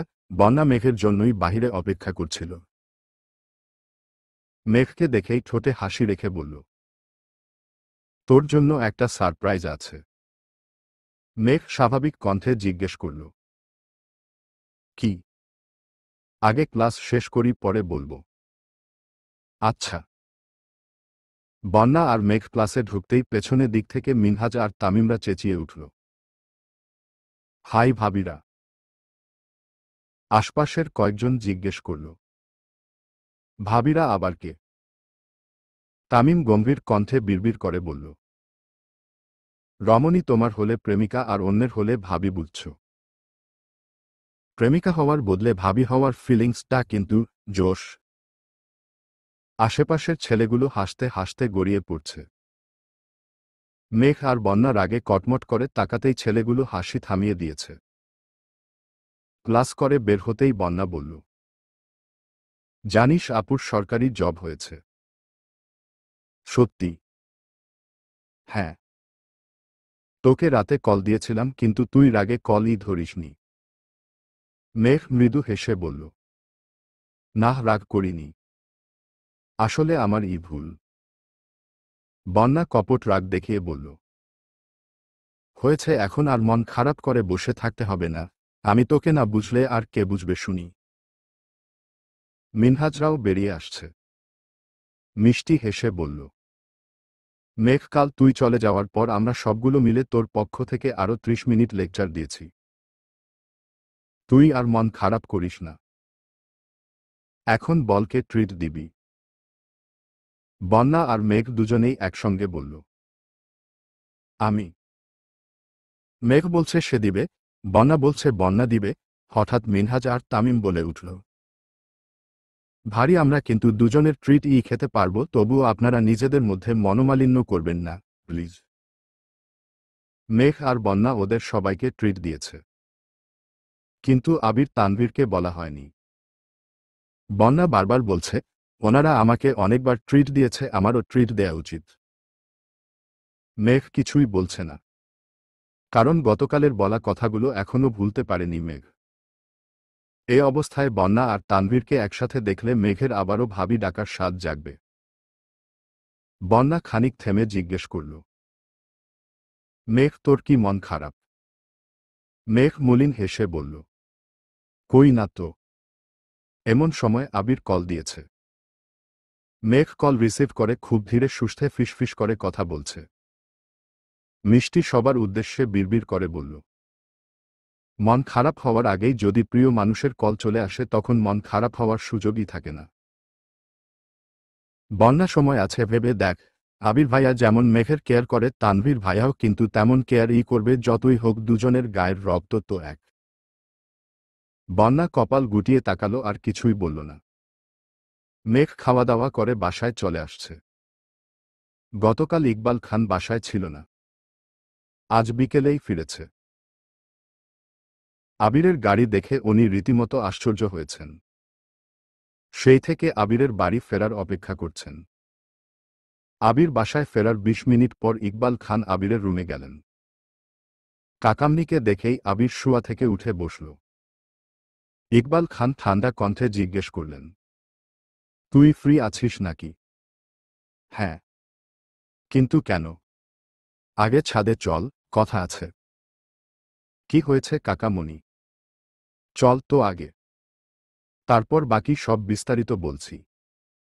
আবিরকে নিয়ে ছাদে চলে আসছেন। ছাদের মাঝ বরাবর বসে ইকবাল খান ধীর কণ্ঠে জানতে চাইলেন, তুই যা করছিস তা কি বুঝে শুনে করছিস? আবির কপাল গুটিয়ে শুধালো, মানে? তোকে গাড়ি কেনার জন্য নিষেধ করেছিলাম আমি, বারবার বলেছি আমার গাড়িটায় তোর, তারপরও তুই গাড়ি কিনলি কেন? আমার কারো কথা শুনতে ভালো লাগে না। তুই যে ধ্বংসলীলায় মেতেছিস এর ফলাফল খুব ভয়ানক হবে। আবির নিশ্চুপ, মাথা নিচু করে বসে আছে। ইকবাল খান ধীর কণ্ঠে প্রশ্ন করলেন, তুই কি জেনে বুঝে মেঘকে ভালোবেসেছিস? ইকবাল খানের দিকে আশ্চর্য নয়নে তাকিয়ে আছে আবির। কাকামনি মেঘের কথা কিভাবে জানতে পারল? আবির আনমনে বলল, যখন ভালোবেসেছি তখন বাসার সিচুয়েশন জানা বা বুঝার বয়স আমার ছিল না। ইকবাল খান মেকি স্বরে বললেন, এখন তো বুঝতেছিস, ছেড়ে দিতে পারবি? আবির গর্জে উঠে বলল, না, আমি ওকে ছাড়া বাঁচব না। আমি তো দিব্যি বেঁচে আছি আর ভালো আছি। আবির নিরেট কণ্ঠে বলল, আমি তোমার মতো শক্ত খোলসে নিজেকে আবদ্ধ করে সারা জীবন কাটাতে পারবো না কাকামি। বাসার পরিস্থিতি বুঝার পর থেকে এখন পর্যন্ত নিজের অনুভূতিগুলো বন্দি করে রাখতে রাখতে আর পারছি না। তবুও মনের কোণে ক্ষীণ আলো জ্বলছে, মনে হচ্ছে হয়তো সবকিছু ঠিক করতে পারব। যদি ঠিক না হয় তখন? আবির মৃদু হেসে বলল, যা কিছু হতে পারে। ইকবাল খান শান্ত স্বরে বললেন, তোদের অপ্রকাশিত আবেগগুলো দেখে মাঝে মধ্যে আমার ভয় হয়। মেয়েটার মুখের দিকে তাকানো যায় না। আমার হাতে ক্ষমতা থাকলে আমি ধুমধাম করে তোদের বিয়ে দিয়ে দিতাম। আবির মুচকি হেসে বলল, কখনো প্রয়োজন হলে পাশে থেকো, প্লিজ। ইকবাল খান শক্ত কণ্ঠে বললেন, ইনশাআল্লাহ, আমি সবসময় তোর পাশে আছি। আর পাশে আছি বলেই তোকে গাড়ি কিনতে নিষেধ করেছিলাম। টাকা খরচ করতে বারবার নিষেধ করি। কখন কোনো পরিস্থিতি সামনে আসে বলা যায় না। সমস্যা নেই, তুমি চিন্তা করো না। আবির আর ইকবাল খান বেশ কিছুক্ষণ ছাদে কথা বলল। আবির হঠাৎ প্রশ্ন করল, আচ্ছা কাকা মনি, আমি মেঘকে পছন্দ করি এটা তুমি কিভাবে জানো? ইকবাল খান শান্ত স্বরে বললেন, আমি আরও 6 মাস আগে থেকেই তোদের খেয়াল করছি। প্রথম প্রথম এতটা বুঝতে না পারলেও ধীরে ধীরে বুঝতে পেরেছি। শুনো, বাসায় একটু সাবধানে থাকিস। আচ্ছা। আবির নিজের রুমে চলে গেছে। দেখতে দেখতে আরও 15 দিন কেটে গেছে। এর মধ্যে বন্যা একদিন মিম, মেঘ, আদি, তানভীর, আবির সবাইকে ট্রিট দিয়েছে। আজ ভোরবেলা ঘুম থেকে উঠে না খেয়েই তানভীর বেরিয়ে গেছে। আবির ও তাড়াহুড়ো করে নাস্তা করে বেরিয়েছে। আবির আজ আব্বুর অফিসে যায়নি, সরাসরি নিজের অফিসে চলে আসছে। দুপুরের দিকে আবির ল্যাপটপের কাজ শেষ করে চেয়ারে হেলান দিয়ে সবেমাত্র চোখ বন্ধ করেছে। এমন সময় কাকিয়ার নাম্বার থেকে কল আসছে। আবির কপাল গুটিয়ে তাকাল। সচরাচর কাকিয়া আবিরকে কল দেয় না বললেই চলে। আবির কল রিসিভ করে ধীর কণ্ঠে বলল, হ্যাঁ কাকিয়া, বলো। ভাইয়া আমি মিম। মিমের গলা কাঁপছে। ফিসফিস করে কথা বলছে। আবির ভারী কণ্ঠে জিজ্ঞেস করল, কি হয়েছে? বাসায় কোনো সমস্যা? মিম কাঁপা কাঁপা কণ্ঠে বলল, আপুকে দেখতে আসা মানুষগুলোকে আগেরবার আপনারা বাসায় আসতে দেননি এটা চাচ্চু বুঝে গেছেন। তাই আপনাদের না জানিয়ে আজ আরেকটা ফ্যামিলিকে বাসায় আসতে বলেছেন। কিছুক্ষণের মধ্যেই তারা চলে আসবে। প্লিজ ভাইয়া, আপনি কিছু করুন। মিমের মুখে অকল্পনীয় কথাটা শুনতেই আবিরের শরীর ঝাঁকুনি দিয়ে উঠেছে, আকস্মাৎ মেরুদণ্ড সোজা হয়ে গেছে, নিঃশ্বাস আটকে আছে গলায়, শ্বাসনালীতে তুফান।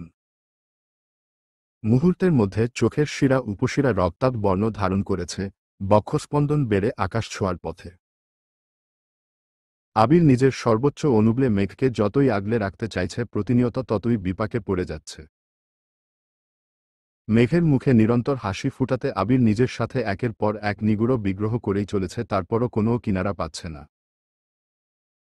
কণ্ঠস্বরে তেজ ঢেলে আবির শক্ত কণ্ঠে জিজ্ঞেস করল, মেঘ কোথায়? আম্মুরা সবাই আপুর রুমে বসে আছে আর আপুকে সাজুগুজু করতে বলছে, কিন্তু আপু চুপচাপ বসে আছে। আবির চোখ বন্ধ, জোরে শ্বাস টেনে পরপর সর্বশক্তি দিয়ে নিঃশ্বাস ছেড়ে নিজেকে নিরুদ্ধ করার চেষ্টা করল। অতঃপর নিরেট কণ্ঠে বলল, ওকে বলিস সাজুগুজু করতে হবে না, আর দেখিস উইদিনের মতো কান্নাকাটি যেন না করে। আমি দেখছি। মিম আতঙ্কিত কণ্ঠে বলল, আপনি এখন বাসায় আসলে সমস্যা হবে। আবির অদম্য কণ্ঠে বলল, বাসায় আসব না। শুন, তোর দায়িত্ব হলো যত দ্রুত সম্ভব তুই ছেলের বাবার নামটা জেনে আমায় কোনোভাবে টেক্সট করে জানাবি। মিম শীতল কণ্ঠে বলল, আচ্ছা। আবির কল কেটে দিয়েছে। মিমের সাথে আবির শান্ত স্বরে কথা বলেছে ঠিকই, কিন্তু আবিরের ভেতরটা রাগ আর দুশ্চিন্তায় ফেটে যাচ্ছে। মেঘ বাসায় অল্প সাজুগুজু করলেই আবিরের কলিজায় আঘাত লাগে। নিজের দৃষ্টির সামনে একের পর এক দোয়া পড়তে থাকে যাতে মেঘের উপর শয়তানের কুনজর না পড়ে। সেখানে কোথাকার কোনো পরিবার মেঘকে দেখতে আসবে, এটা আবির বেঁচে থাকতে কোনোভাবেই সহ্য করতে পারবে না। তানভীরকে কল দিতে দিতে আবির দ্রুত অফিস থেকে বেরিয়ে গেছে। রাকিব, রাসেল কারো সাথেই দেখা হয়নি। এদিকে মেঘ বিছানায় হেলান দিয়ে বসে, আশেপাশে আম্মু, বড় আম্মু, কাকিয়া সবাই মেঘকে বুঝাচ্ছে, রেডি হতে বলছে। মেঘের সেসবে মনোযোগ নেই। আজ মেঘের চোখে এক ফোঁটা পানিও নেই। সেদিন প্রথমবারের মতো কেউ বা কারা দেখতে আসবে কথাটা শুনে মেঘ নিজেকে শান্ত রাখতে পারেনি, তার উপর আবিরের উদাসীনতা মেঘকে আরও বেশি কাঁদিয়েছিল।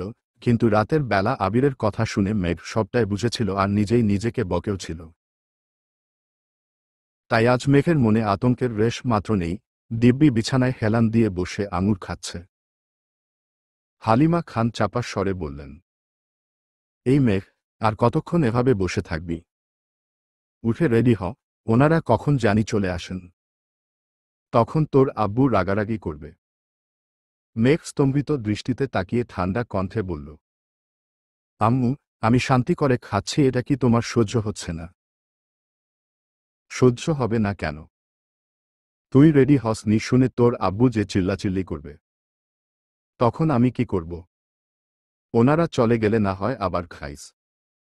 আকলিমা খান শান্ত স্বরে বললেন, তোমার আব্বু আর বড় আব্বুকে তো চিনুই। সময়ের কাজ সময়ে না হলে মেজাজ গরম হয়ে যায়।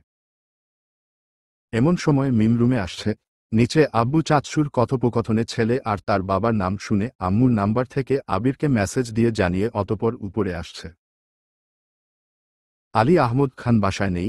ইকবাল খানকে আকলিমা খান জানানোর পরপরই তিনি বাসায় চলে আসছে। মোজাম্মেল খানকে বারবার বুঝানোর চেষ্টা করছেন, অথচ মোজাম্মেল খান কিছু বুঝতেই চাইছে না।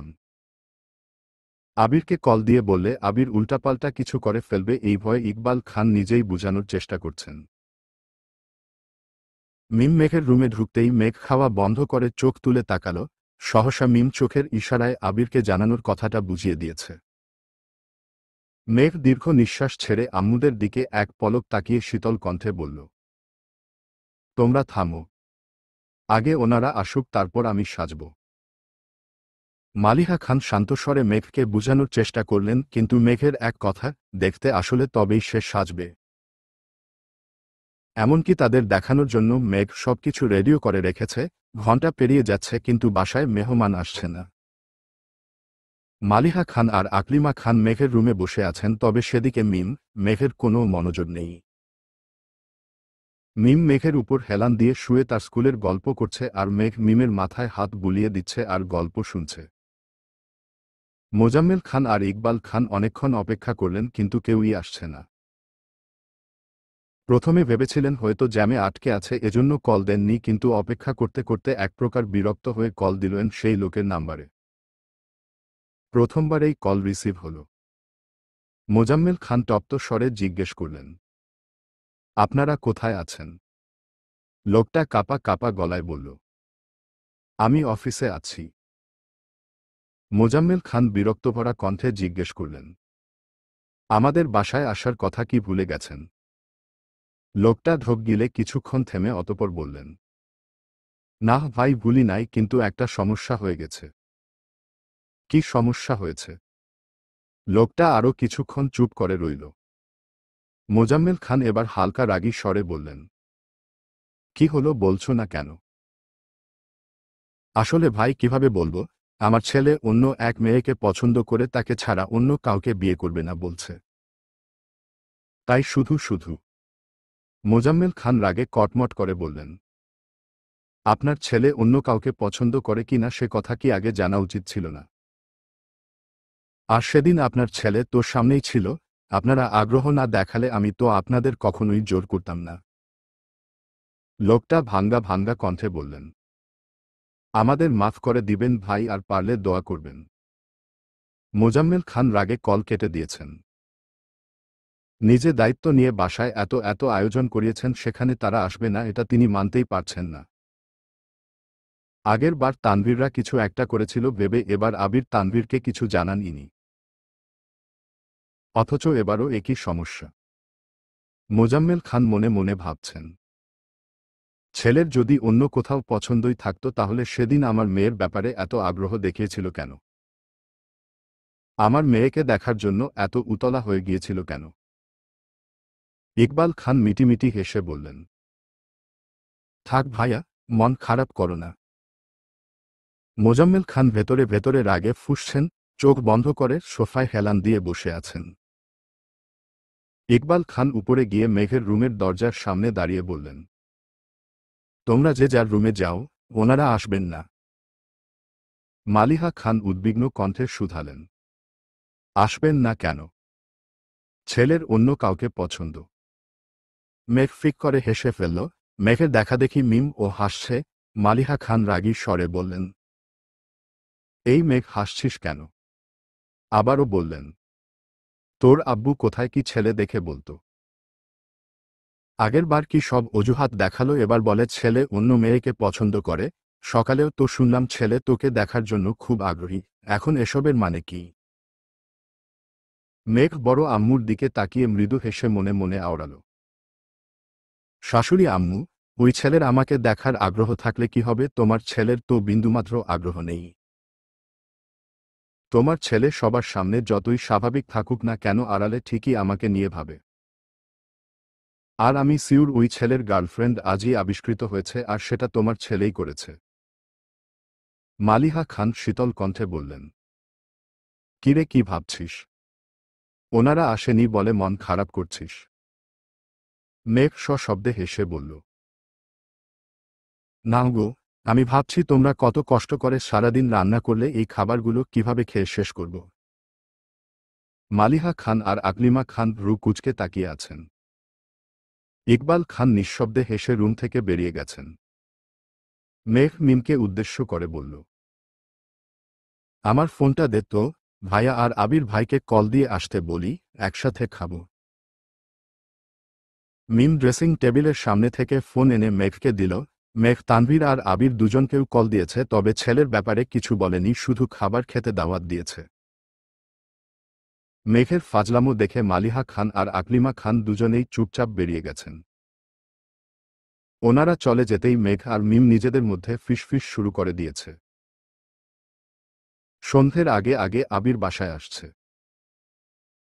পরনে ছাই রঙের শার্টের হাতা কনুই অবধি ফোল্ড করা, বুকের উপরের বোতামটা খোলা, চুলগুলো অগোছালো, শ্যামবর্ণের চেহারা ঘামে চিকচিক করছে।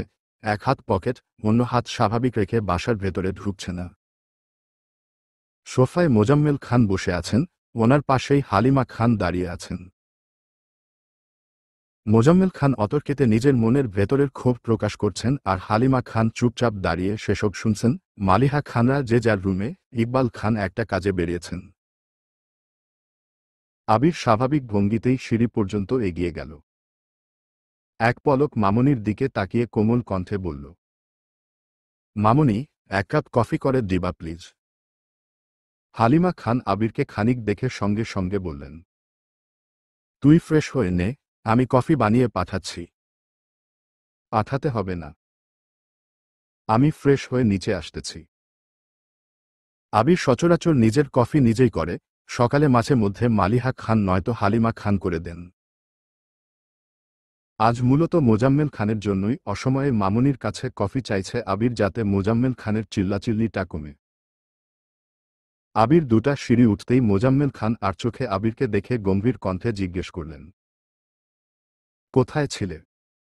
আবির স্বাভাবিক কণ্ঠে বলল, অফিসে। কেন? তানভীর কোথায়?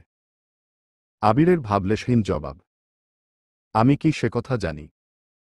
মোজাম্মেল খান সূক্ষ্ম নেত্রে আবিরের দিকে তাকিয়ে আছেন। আবির মৃদু হেসে বলল, আমি কি যাব, চাচ্ছু? যাও। হালিমা খান কফি করতে রান্নাঘরে চলে গেছেন। মোজাম্মেল খান সোফায় চোখ বন্ধ করে বসে আছেন। আবিরের কথাবার্তা খুব স্বাভাবিক, সন্দেহজনক কিছুই চোখে পড়েনি। তানভীর জানলে এতক্ষণে সে অবশ্যই রিয়েক্ট করত, অথচ তানভীরও এখন পর্যন্ত শান্ত। সারাদিন বাসায় ফেরেনি, বাসার কারোর সাথে ফোনে কথা বলতেও তিনি দেখেননি। তার মানে তানভীরও কিছু জানে না। মোজাম্মেল খান দীর্ঘ নিঃশ্বাস ছেড়ে মনে মনে বললেন, তানভীর, আবির কিছু না জানলে এমনটা হলো কিভাবে? তাহলে কি সত্যিই ওই ছেলের অন্য জায়গায় পছন্দ আছে?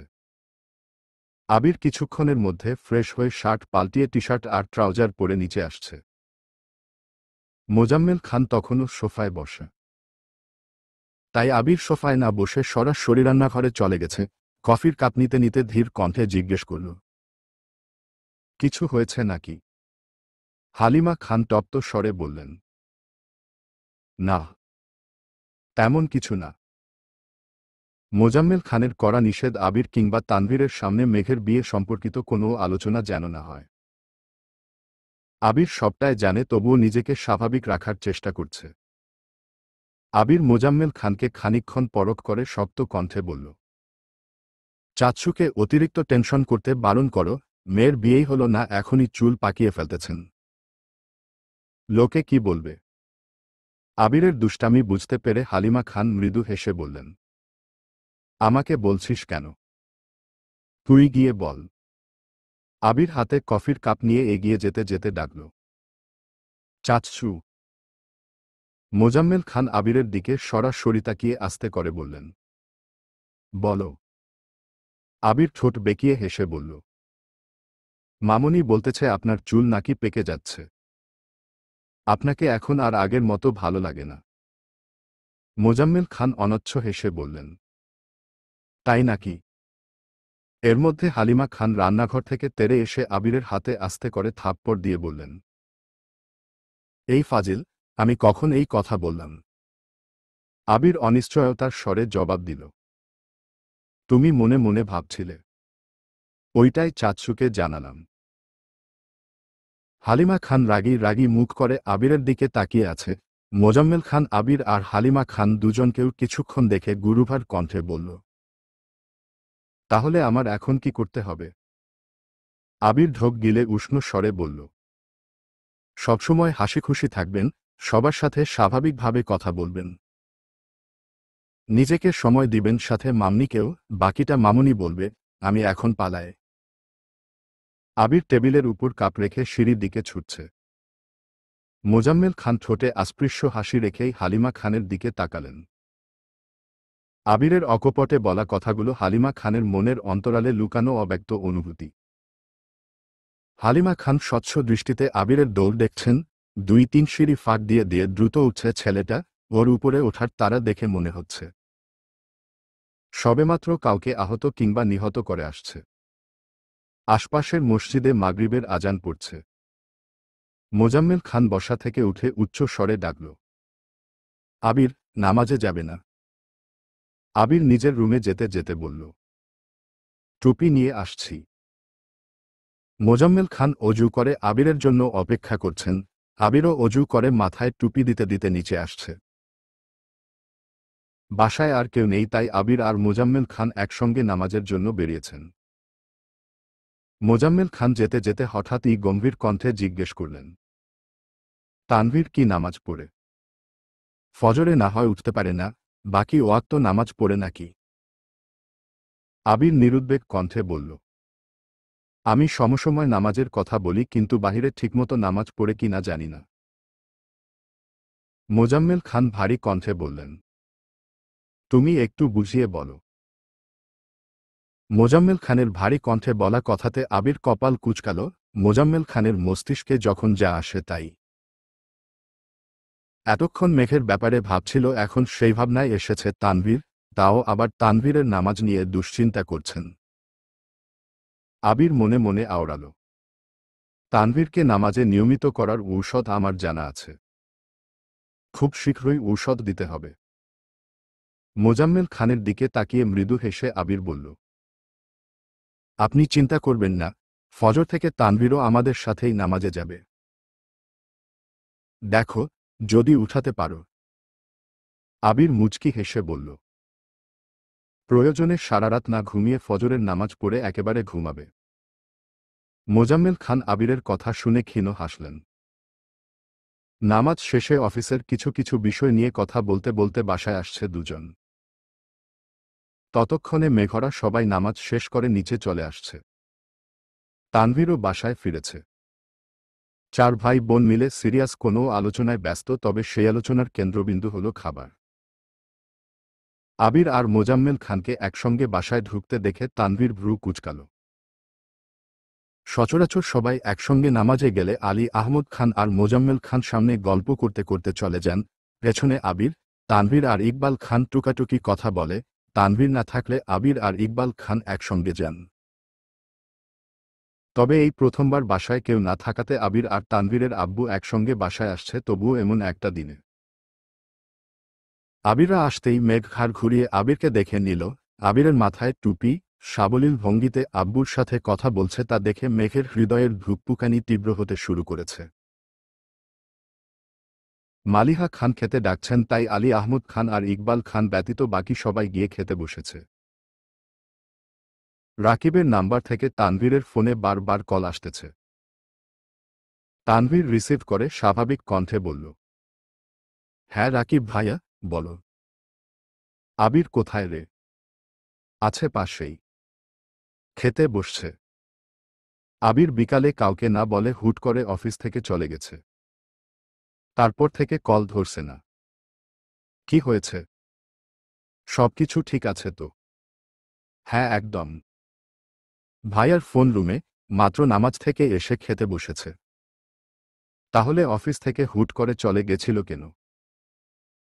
খাওয়া দাওয়া শেষ করি, তারপর তোমার সাথে দেখা করে বলবো। আচ্ছা ঠিক আছে। সবাই সবার মতো খাচ্ছে। কারো মুখেই প্রয়োজনের বাহিরে কোনো কথা নেই। তানভীর একটু পর পর আবিরকে ইশারায় এটা সেটা বুঝাচ্ছে, আবার প্রশ্নও করছে, তবে মোজাম্মেল খান তাকালেই চুপ হয়ে যায়। খাওয়া দাওয়া শেষ করে আবির আর তানভীর বেরিয়েছে, যদিও আবির যেতে চাচ্ছিল না, কিন্তু তানভীর এক প্রকার জোর করে নিয়ে গেছে। রাকিব আর রাসেল অফিস থেকে বেরিয়ে প্রতি সপ্তাহের সেই সুপরিচিত আড্ডাখানায় আবিরদের জন্য অপেক্ষা করছে। আবির এসে চুপচাপ বসে পড়েছে। মালিহা খান জোর করে একটু বেশিই খাইয়েছেন, তাই এত নড়াচড়া করতে ভালো লাগছে না। এমনকি আবির বাইকও নিয়ে আসেনি, তানভীরের বাইকে এসেছে। রাকিব আবিরকে দেখেই উদ্বিগ্ন কণ্ঠে জিজ্ঞেস করল, কিরে কি হয়েছে তোর? অফিস থেকে কোথায় চলে গেছিলি? আবির ঠান্ডা কণ্ঠে বলল, আজ ওকে আবার দেখতে আসার কথা ছিল। রাকিব চেঁচিয়ে উঠল, কি? তারপর? এর মধ্যে তানভীর বাইক পার্ক করে চলে আসছে। এসেই রাকিবের সামনে রাখা একটা চেয়ারের উপর নিজের ডান পা তুলে, ডান হাতের 3 আঙুল ভাঁজ করে বাকি 2 আঙুল রাকিবের কপালের কিছুটা উপরে মাথায় ধরে রাগান্বিত কণ্ঠে চিৎকার করল, হারামির বাদশা, বিয়ে করার খুব শখ তোর? তাও আবার আমার স্প্যারোকে? বিয়ে তো বহু দূর, তুই আমার মেঘকে কল্পনাতেও দেখতে পারবি না। তানভীরের গতিবিধি দেখে রাকিব থ হয়ে গেছে। চা বিক্রেতা মামাও আটকে উঠেছেন। আশেপাশের কয়েকজন বিস্ময় সমেত তাকিয়ে আছে। আবির চেয়ারে হেলান দিয়ে বসে মিটিমিটি হাসছে। রাকিব ঢোক গিলে কিছু বলতে যাবে, তার আগেই তানভীর বাজখাই কণ্ঠে আবারও বলে উঠল, don't say anything? I don't want to hear anything from your mouth. যদি তোর মুখ থেকে একটা শব্দ বের হয়, তবে তোর বাপ এখানে এসে শুধু তোর লাশটাই পাবে।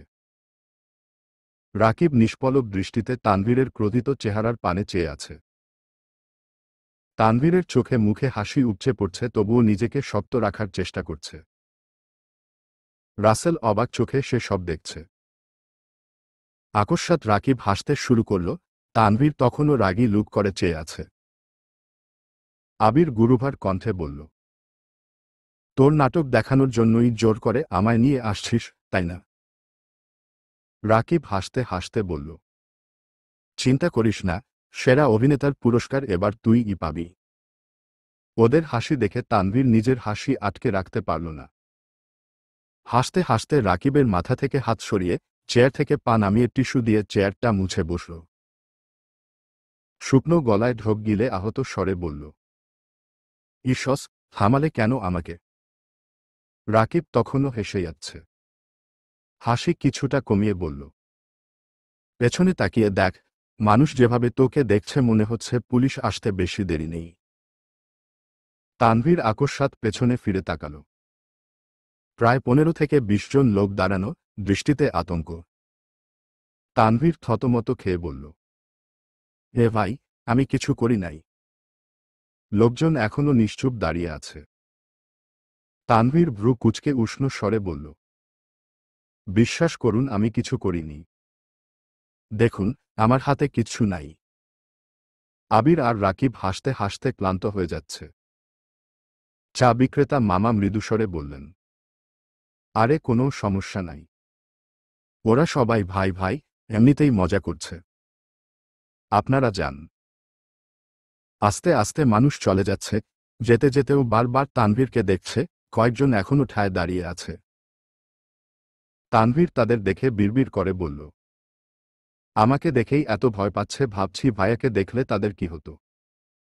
রাসেল চোখ মুখ কুঁচকে জিজ্ঞেস করল, আবির কি আজ নিজের রূপ দেখিয়েই ফেলছে?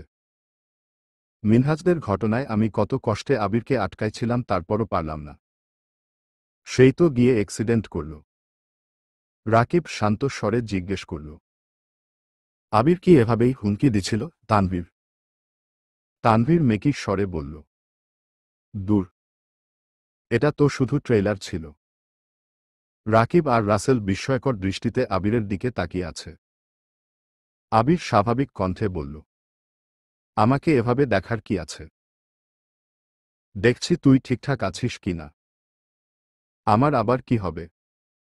না, কিছু না। তা এভাবে আর কতদিন? জানি না। রাকিব ঠাট্টা কণ্ঠে বলল, তোদের জন্য প্রতিনিয়ত আমার সংসারে ঝগড়া হয়। আবির ভ্রু কুঁচকে বলল, আমরা কি করলাম? তুই কি করিস নাই? মেঘকে তুই ইচ্ছে করে কষ্ট দিচ্ছিস, মেঘের ভালোবাসা বুঝতেছিস না। সেদিন তো রিয়ার আগে বলতাছে মেঘকে তার কোনো কাজিনের বউ করে নিয়ে যাবে। আবির অগ্নিদৃষ্টিতে তাকিয়ে গম্ভীর কণ্ঠে বলল, রাকিব, তোর বউকে সামলে রাখিস। উল্টাপাল্টা কথা বললে তোর বউকে মেরে তোকে বিপত্নিক করে ফেলব। রাকিব মৃদুস্বরে বলল, এমন করিস না ভাই। আমার একটাই মাত্র বউ। তানভীর সশব্দে হেসে বলল, তোমাদের তো একটা হলেও আছে, অন্তত বলতে পারো সে আমার। এদিকে আমার যে একটাও নেই। আবির গম্ভীর কণ্ঠে বলল, থাকবে কিভাবে? নির্বোধের মতো কোথাকার কোনো মেয়ের প্রস্তাবে রাজি হওয়ার সময় মনে ছিল না। খোঁজ খবর না নিয়ে ধুম করে প্রেমে পড়ে গেছে, আসছে আমার প্রেমিক পুরুষ। তানভীর মন খারাপ করে বলল, তখন না হয় আমি নির্বোধ ছিলাম। এখন তো বোধ হয়েছে আমার, আর ঠিকঠাক কাউকে পছন্দও করেছি। তাহলে তাকে কেন পাচ্ছি না? আবির শক্ত কণ্ঠে বলল, আচ্ছা, তুই নামাজ পড়িস কয় ওয়াক্ত? আল্লাহর কাছে কতবার তাকে চাস বলতো? মাঝে মাঝে চাই। তাহলে আর কি, মাঝে মাঝেই আসবে। তানভীর কপাল গুটিয়ে ফোঁস করে শ্বাস ছাড়ল। আবির ভারী কণ্ঠে বলল, দেখ তানভীর, তুই ফজর থেকে আমার সাথে নামাজে যাবি। কাল থেকে যদি এক ওয়াক্ত নামাজ মিস করিস তাহলে তোর না হওয়া প্রেমিকার কাছে তোর নামে অপপ্রচার করব। তানভীর নিরেট কণ্ঠে বলল, কি? আবির খানিক হেসে বলল, তাছাড়া আমি আমার শ্বশুর আব্বাকে কথা দিয়েছি। সেই কথা তো আমার রাখতেই হবে। প্রয়োজনে তোকে কানে ধরে নিয়ে যেতেও আমার কোনো সমস্যা নেই। তানভীর ঠাট্টার স্বরে বলল, বাহ, শ্বশুরকে পটানোর ধান্দা নাকি? আবির নিঃশব্দে হাসল। রাকিব তানভীরের দিকে তাকিয়ে বলল, ওই খানের ঝামেলা সমাধান হয়েছে নাকি বেঁধে রেখে আসছিস? ভাইয়া গেলে বাধার প্রয়োজন পড়ে না। সবকিছু একদম সমাধান করেই আসছি। রাসেল বলল, ঝামেলা কি বেশি হয়েছিল নাকি? তোমরা তো ভাইয়াকে চিনুই। বনুর ব্যাপারে সামান্যতম বিষয়েই যে পরিমাণ ক্ষিপ্ত হয় সেখানে বনুর বিয়ের বিষয় উঠে গেছে। কি হতে পারে ভাবো? সিচুয়েশন এতই খারাপ হয়ে গেছিল যে হয় এসপার নয় উসপার হয়েই যেত। তখন ছেলের বাবা আসছে, ওই অবস্থায় ছেলেকে বাঁচাতে ডিরেক্ট ভাইয়ার পায়ে ধরতে ফেলতেছিল। তারপর তাড়াতাড়ি সরিয়ে সবকিছু মোটামুটি নরমাল করেছি এমন সময় আব্বু কল দিয়েছে। তখন আর কি, ভাইয়া যা যা শিখিয়ে দিয়েছে উনিও তাই তাই বলছে, এই সবই। রাকিব তপ্ত স্বরে বলল, আমাকে একটা কল দিতে পারতি। আমি নিজেও জানতাম না। ভাইয়া আমায় ঠিকানা দিয়ে শুধু আসতে বলেছে। আবির ঠান্ডা কণ্ঠে বলল, সেসব কথা বাদ দে। এখন বল কাজটা শেষ হয়েছে। রাকিব ধীর কণ্ঠে বলল, আমি যতটা সম্ভব চেষ্টা করেছি, তুই রাতে সময় করে একটু দেখে নিস প্লিজ। আচ্ছা দেখব নে। ওরা চারজন বেশ কিছুক্ষণ আড্ডা দিয়েছে। তবে আজ বেশিরভাগ আলোচনা হয়েছে রাকিবের বিবাহিত জীবন নিয়ে। ঘণ্টাখানেক পর আবিরা বাসার উদ্দেশ্যে চলে গেছে। আলী আহমদ খান নিজের কাজ শেষ করে বাসায় ফিরেই মোজাম্মেল খানকে ডেকেছেন। মোজাম্মেল খান আসতেই জিজ্ঞেস করলেন, ওনারা আসছিলেন? না ভাইজান। আসেনি কেন? সঠিক জানি না, তবে বলেছেন ছেলের অন্য মেয়েকে পছন্দ। তাহলে আর কি, আপাতত ছেলে দেখা বন্ধ করে কাজে মনোযোগ দে। সামনে ঈদ আসতে চলল। এবারের ঈদে আমি কিছু করতে পারব না। যা করার সব আবির আর তানভীর করবে। আলী আহমদ খান চিন্তিত কণ্ঠে শুধালেন, ওরা কি পারবে? পারবে না কেন? বড় হয়েছে, দায়িত্ব নিতে হবে না? আচ্ছা বলে দেখিস। কিন্তু আপাতত ছেলে দেখা বন্ধ রাখো। মোজাম্মেল খান গম্ভীর কণ্ঠে বললেন, ঠিক আছে, রাখলাম বন্ধ। কিন্তু ভালো ছেলে পেলে অবশ্যই বাসায় নিয়ে আসব। আগে দেখ ভালো ছেলে পাওয়া যায় কিনা। মোজাম্মেল খান রাশভারী কণ্ঠে শুধালেন, তুমি কি আমার সাথে ঠাট্টা করছো ভাইজান? আলী আহমদ খান মেকি স্বরে বললেন, ঠাট্টা করব না তো কি করব? এই বলিস ছেলে ভালো, পরিবার ভালো, অথচ ছেলে বাসা পর্যন্ত আসে না। আমি কিভাবে বুঝব ভালো নাকি খারাপ? মোজাম্মেল খান প্রখর তপ্ত স্বরে বললেন, ঠিক আছে, এরপর আমি গিয়ে ছেলেকে বাসায় নিয়ে আসব। আলী আহমদ খান উদাসীন কণ্ঠে বললেন, আচ্ছা। আসলে আমাকে খবর দিস। এদিকে মেঘ একটু পর পর বেলকনিতে যাচ্ছে, আবিরের জন্য অপেক্ষা করছে। হঠাৎ বাইকের শব্দ শুনতেই বেলকনিতে ছুটল। তানভীরের পেছনে আবির বসা, আবিরকে দেখেই মেঘের মুখে হাসি ফুটল। আবির রুমে গিয়ে ফ্রেশ হয়েই বিছানায় ল্যাপটপ নিয়ে বসেছে। প্রায় 15 থেকে 20 মিনিট পর মেঘ আসছে। ভেতরে না ঢুকে দরজায় হেলান দিয়ে দাঁড়িয়ে আবিরকে দেখছে। আবির পূর্ণ মনোযোগ দিয়ে কাজ করছে, হঠাৎ নিজের ফোন নিতে হাত বাড়াতেই মেঘকে নজরে পড়ল। মেঘের চোখে মুখে প্রশান্তির হাসি, আবেশিত দৃষ্টিতে আবিরকে দেখছে। আবির মেঘকে আপাদমস্তক দেখে উষ্ণ স্বরে বলল, কি ব্যাপার ম্যাম, বাহিরে দাঁড়িয়ে আছেন কেন? রুমে আসার জন্য কি আপনাকে আলাদাভাবে আমন্ত্রণ জানাতে হবে? মেঘ মুচকি হাসল, উত্তর না দিয়ে উল্টো প্রশ্ন করল, আজকের ছেলেটা কেমন ছিল? আবির নিঃশব্দে হেসে বলল, আপনি কেমন আশা করেছিলেন? রাজপুত্রের মতো। আবিরের আঁখি যুগল খানিক প্রশস্ত হল, সহসা ঠোঁটের কোণে সহসা হাসি ফুটে উঠেছে। অতঃপর আবির স্বাভাবিক কণ্ঠে বলল, রুমে আসুন, ম্যাম। না, আপনি কাজ করুন। আবির ল্যাপটপের দিকে এক পলক তাকিয়ে চাপা স্বরে বলল, রাত অনেক হয়েছে, ঘুমাতে যান। মেঘ শান্ত স্বরে বলল, ঘুম আসতেছে না। আবির আকস্মাৎ ভ্রু কুঁচকে সন্দেহের দৃষ্টিতে তাকিয়ে প্রশ্ন করল, কেন? আবিরের অভিপ্রায় বুঝতে পেরে ঠোঁটে হাসি রেখে মেঘ অত্যন্ত গুরুতর কণ্ঠে জবাব দিল, হবু জামাইটাকে খুব মিস করছি। আবির সঙ্গে সঙ্গে ল্যাপটপ বিছানায় ফেলে দাঁড়িয়ে হুঙ্কার দিয়ে উঠল, কি?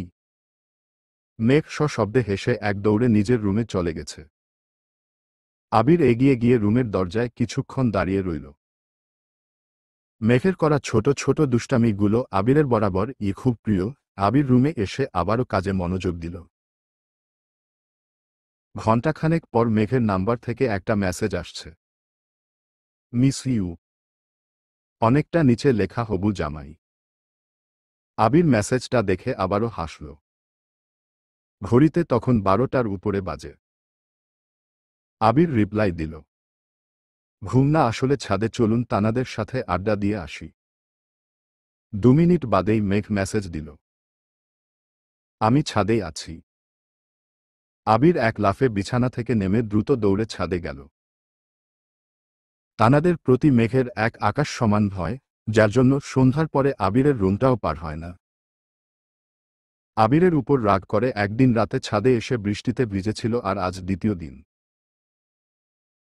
আবির ছাদে আসতেই মেঘ দীর্ঘ নিঃশ্বাস ছেড়ে গম্ভীর কণ্ঠে বলল, আমি কি আপনাকে বিরক্ত করেছি? মেঘের মাথা থেকে পড়ে যাওয়া ওড়নাটা আবির দুহাতে আবারও মাথায় তুলে দিল। লোকে বলে রাত বিরাতে ছাদে তানারা ঘোরাফেরা করে, তানাদের নজর যেন মেঘের উপর না পড়ে সেই ভয়েই আবির মেঘের কপাল পর্যন্ত ওড়না টেনে দিয়েছে। চিরচেনা গায়ের গন্ধ নাসারন্ধ্রে প্রবেশ মাত্রই মেঘের অন্তঃস্থলে শিহরণ জাগে।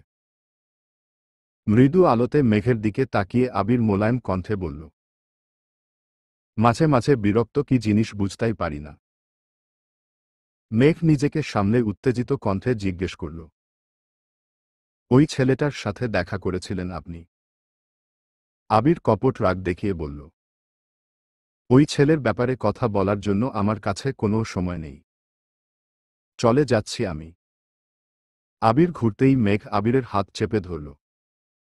আবির আর চোখে তাকাতেই মেঘ সঙ্গে সঙ্গে হাত ছেড়ে ধীর কণ্ঠে বলল, আপনি বলেছিলেন তাদের সাথে গল্প করবেন।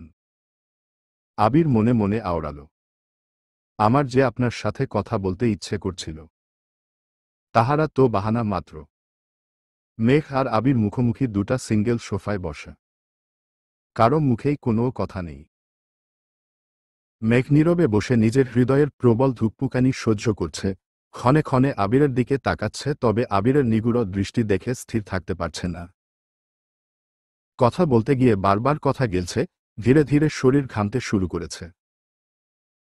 শ্বাসরুদ্ধকর পরিস্থিতি সামলে মেঘ আচমকা ডাকল, আবির ভাই।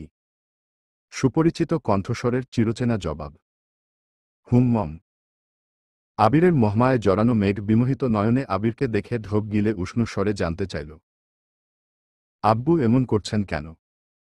মেঘের আকুল কণ্ঠে বলা কথাটায় আবির নড়েচড়ে বসল। ধীর কণ্ঠে বলল, জানি না। আপনি এভাবে আর কতদিন আমাকে বাঁচাবেন? জানি না। মেঘ একটু রাগী স্বরে বলল, আপনি কি কিছুই জানেন না? আবির মেঘের দিকে তাকিয়ে মলিন হেসে বলল, তোর কাছে একটা জিনিস চাইব। দিবি? অমনি মেঘের হৃৎস্পন্দন বাড়তে শুরু করেছে। আবিরের আকুল আবেদনে মেঘের ভেতর তোলপাড় শুরু হয়ে গেছে। মেঘ তপ্ত স্বরে বলল, কি চান? সাহস? আবিরের কথা শুনে মেঘ আনমনেই হেসে ফেলল। লজ্জায় চিবুক খানিক নামিয়ে বলল, আপনি আমার কাছে সাহস চাচ্ছেন? আবির ঢোক গিলে শান্ত স্বরে বলল, হ্যাঁ চাইছি। কেন? নিজের করা ভুলগুলো প্রতিনিয়ত তারা করে আমায়, জানি না কখন কি হবে। যদি পারিস একটু সাহায্য করিস। কিসের ভুল? কি করেছেন আপনি? কিসের সাহায্য চাইছেন? আবিরের শানিত চাহনি মেঘের হৃদয়ের তোলপাড় আরও বাড়িয়ে দিচ্ছে। আবিরের কথার মানে বুঝতে পারছে না। বুকটা ধরাস ধরাস করে কাঁপছে। মেঘ প্রখর নেত্রে দীর্ঘ সময় আবিরকে নিরীক্ষণ করল, একবারের জন্য পল্লব ফেলল না। আবির দুহাতে নিজের মুখ ঢেকে বসে আছে। ভেতরে ভেতরে কাঁদছে এটা বুঝতে পেরেই মেঘ তড়িৎ বেগে আবিরের কাছে এগিয়ে গেল। আবিরের মাথায় হাত রেখে উদ্বিগ্ন কণ্ঠে শুধাল, আবির ভাই, কি হয়েছে আপনার? মেঘের স্পর্শ পেয়ে আবিরের ভেতরের কান্না কিছুটা প্রকাশিত হল। আবিরের কান্না দেখে মেঘের রাকিবের গায়ে হলুদের রাতের কথা মনে পড়ে গেছে। মেঘ আর্তনাদ করে উঠল, আপনি কাঁদছেন কেন? কি হয়েছে বলুন তো আমায়, প্লিজ। প্লিজ বলুন। আবির হঠাৎ মেঘের হাতটা শক্ত করে ধরল। আকস্মিক ঘটনায় মেঘের শরীর ঝাঁকুনি দিয়ে উঠেছে। ক্রন্দনরত অবস্থায় আবির কাঁপা কাঁপা কণ্ঠে বলল, আই এম সরি, মেঘ। I am really sorry.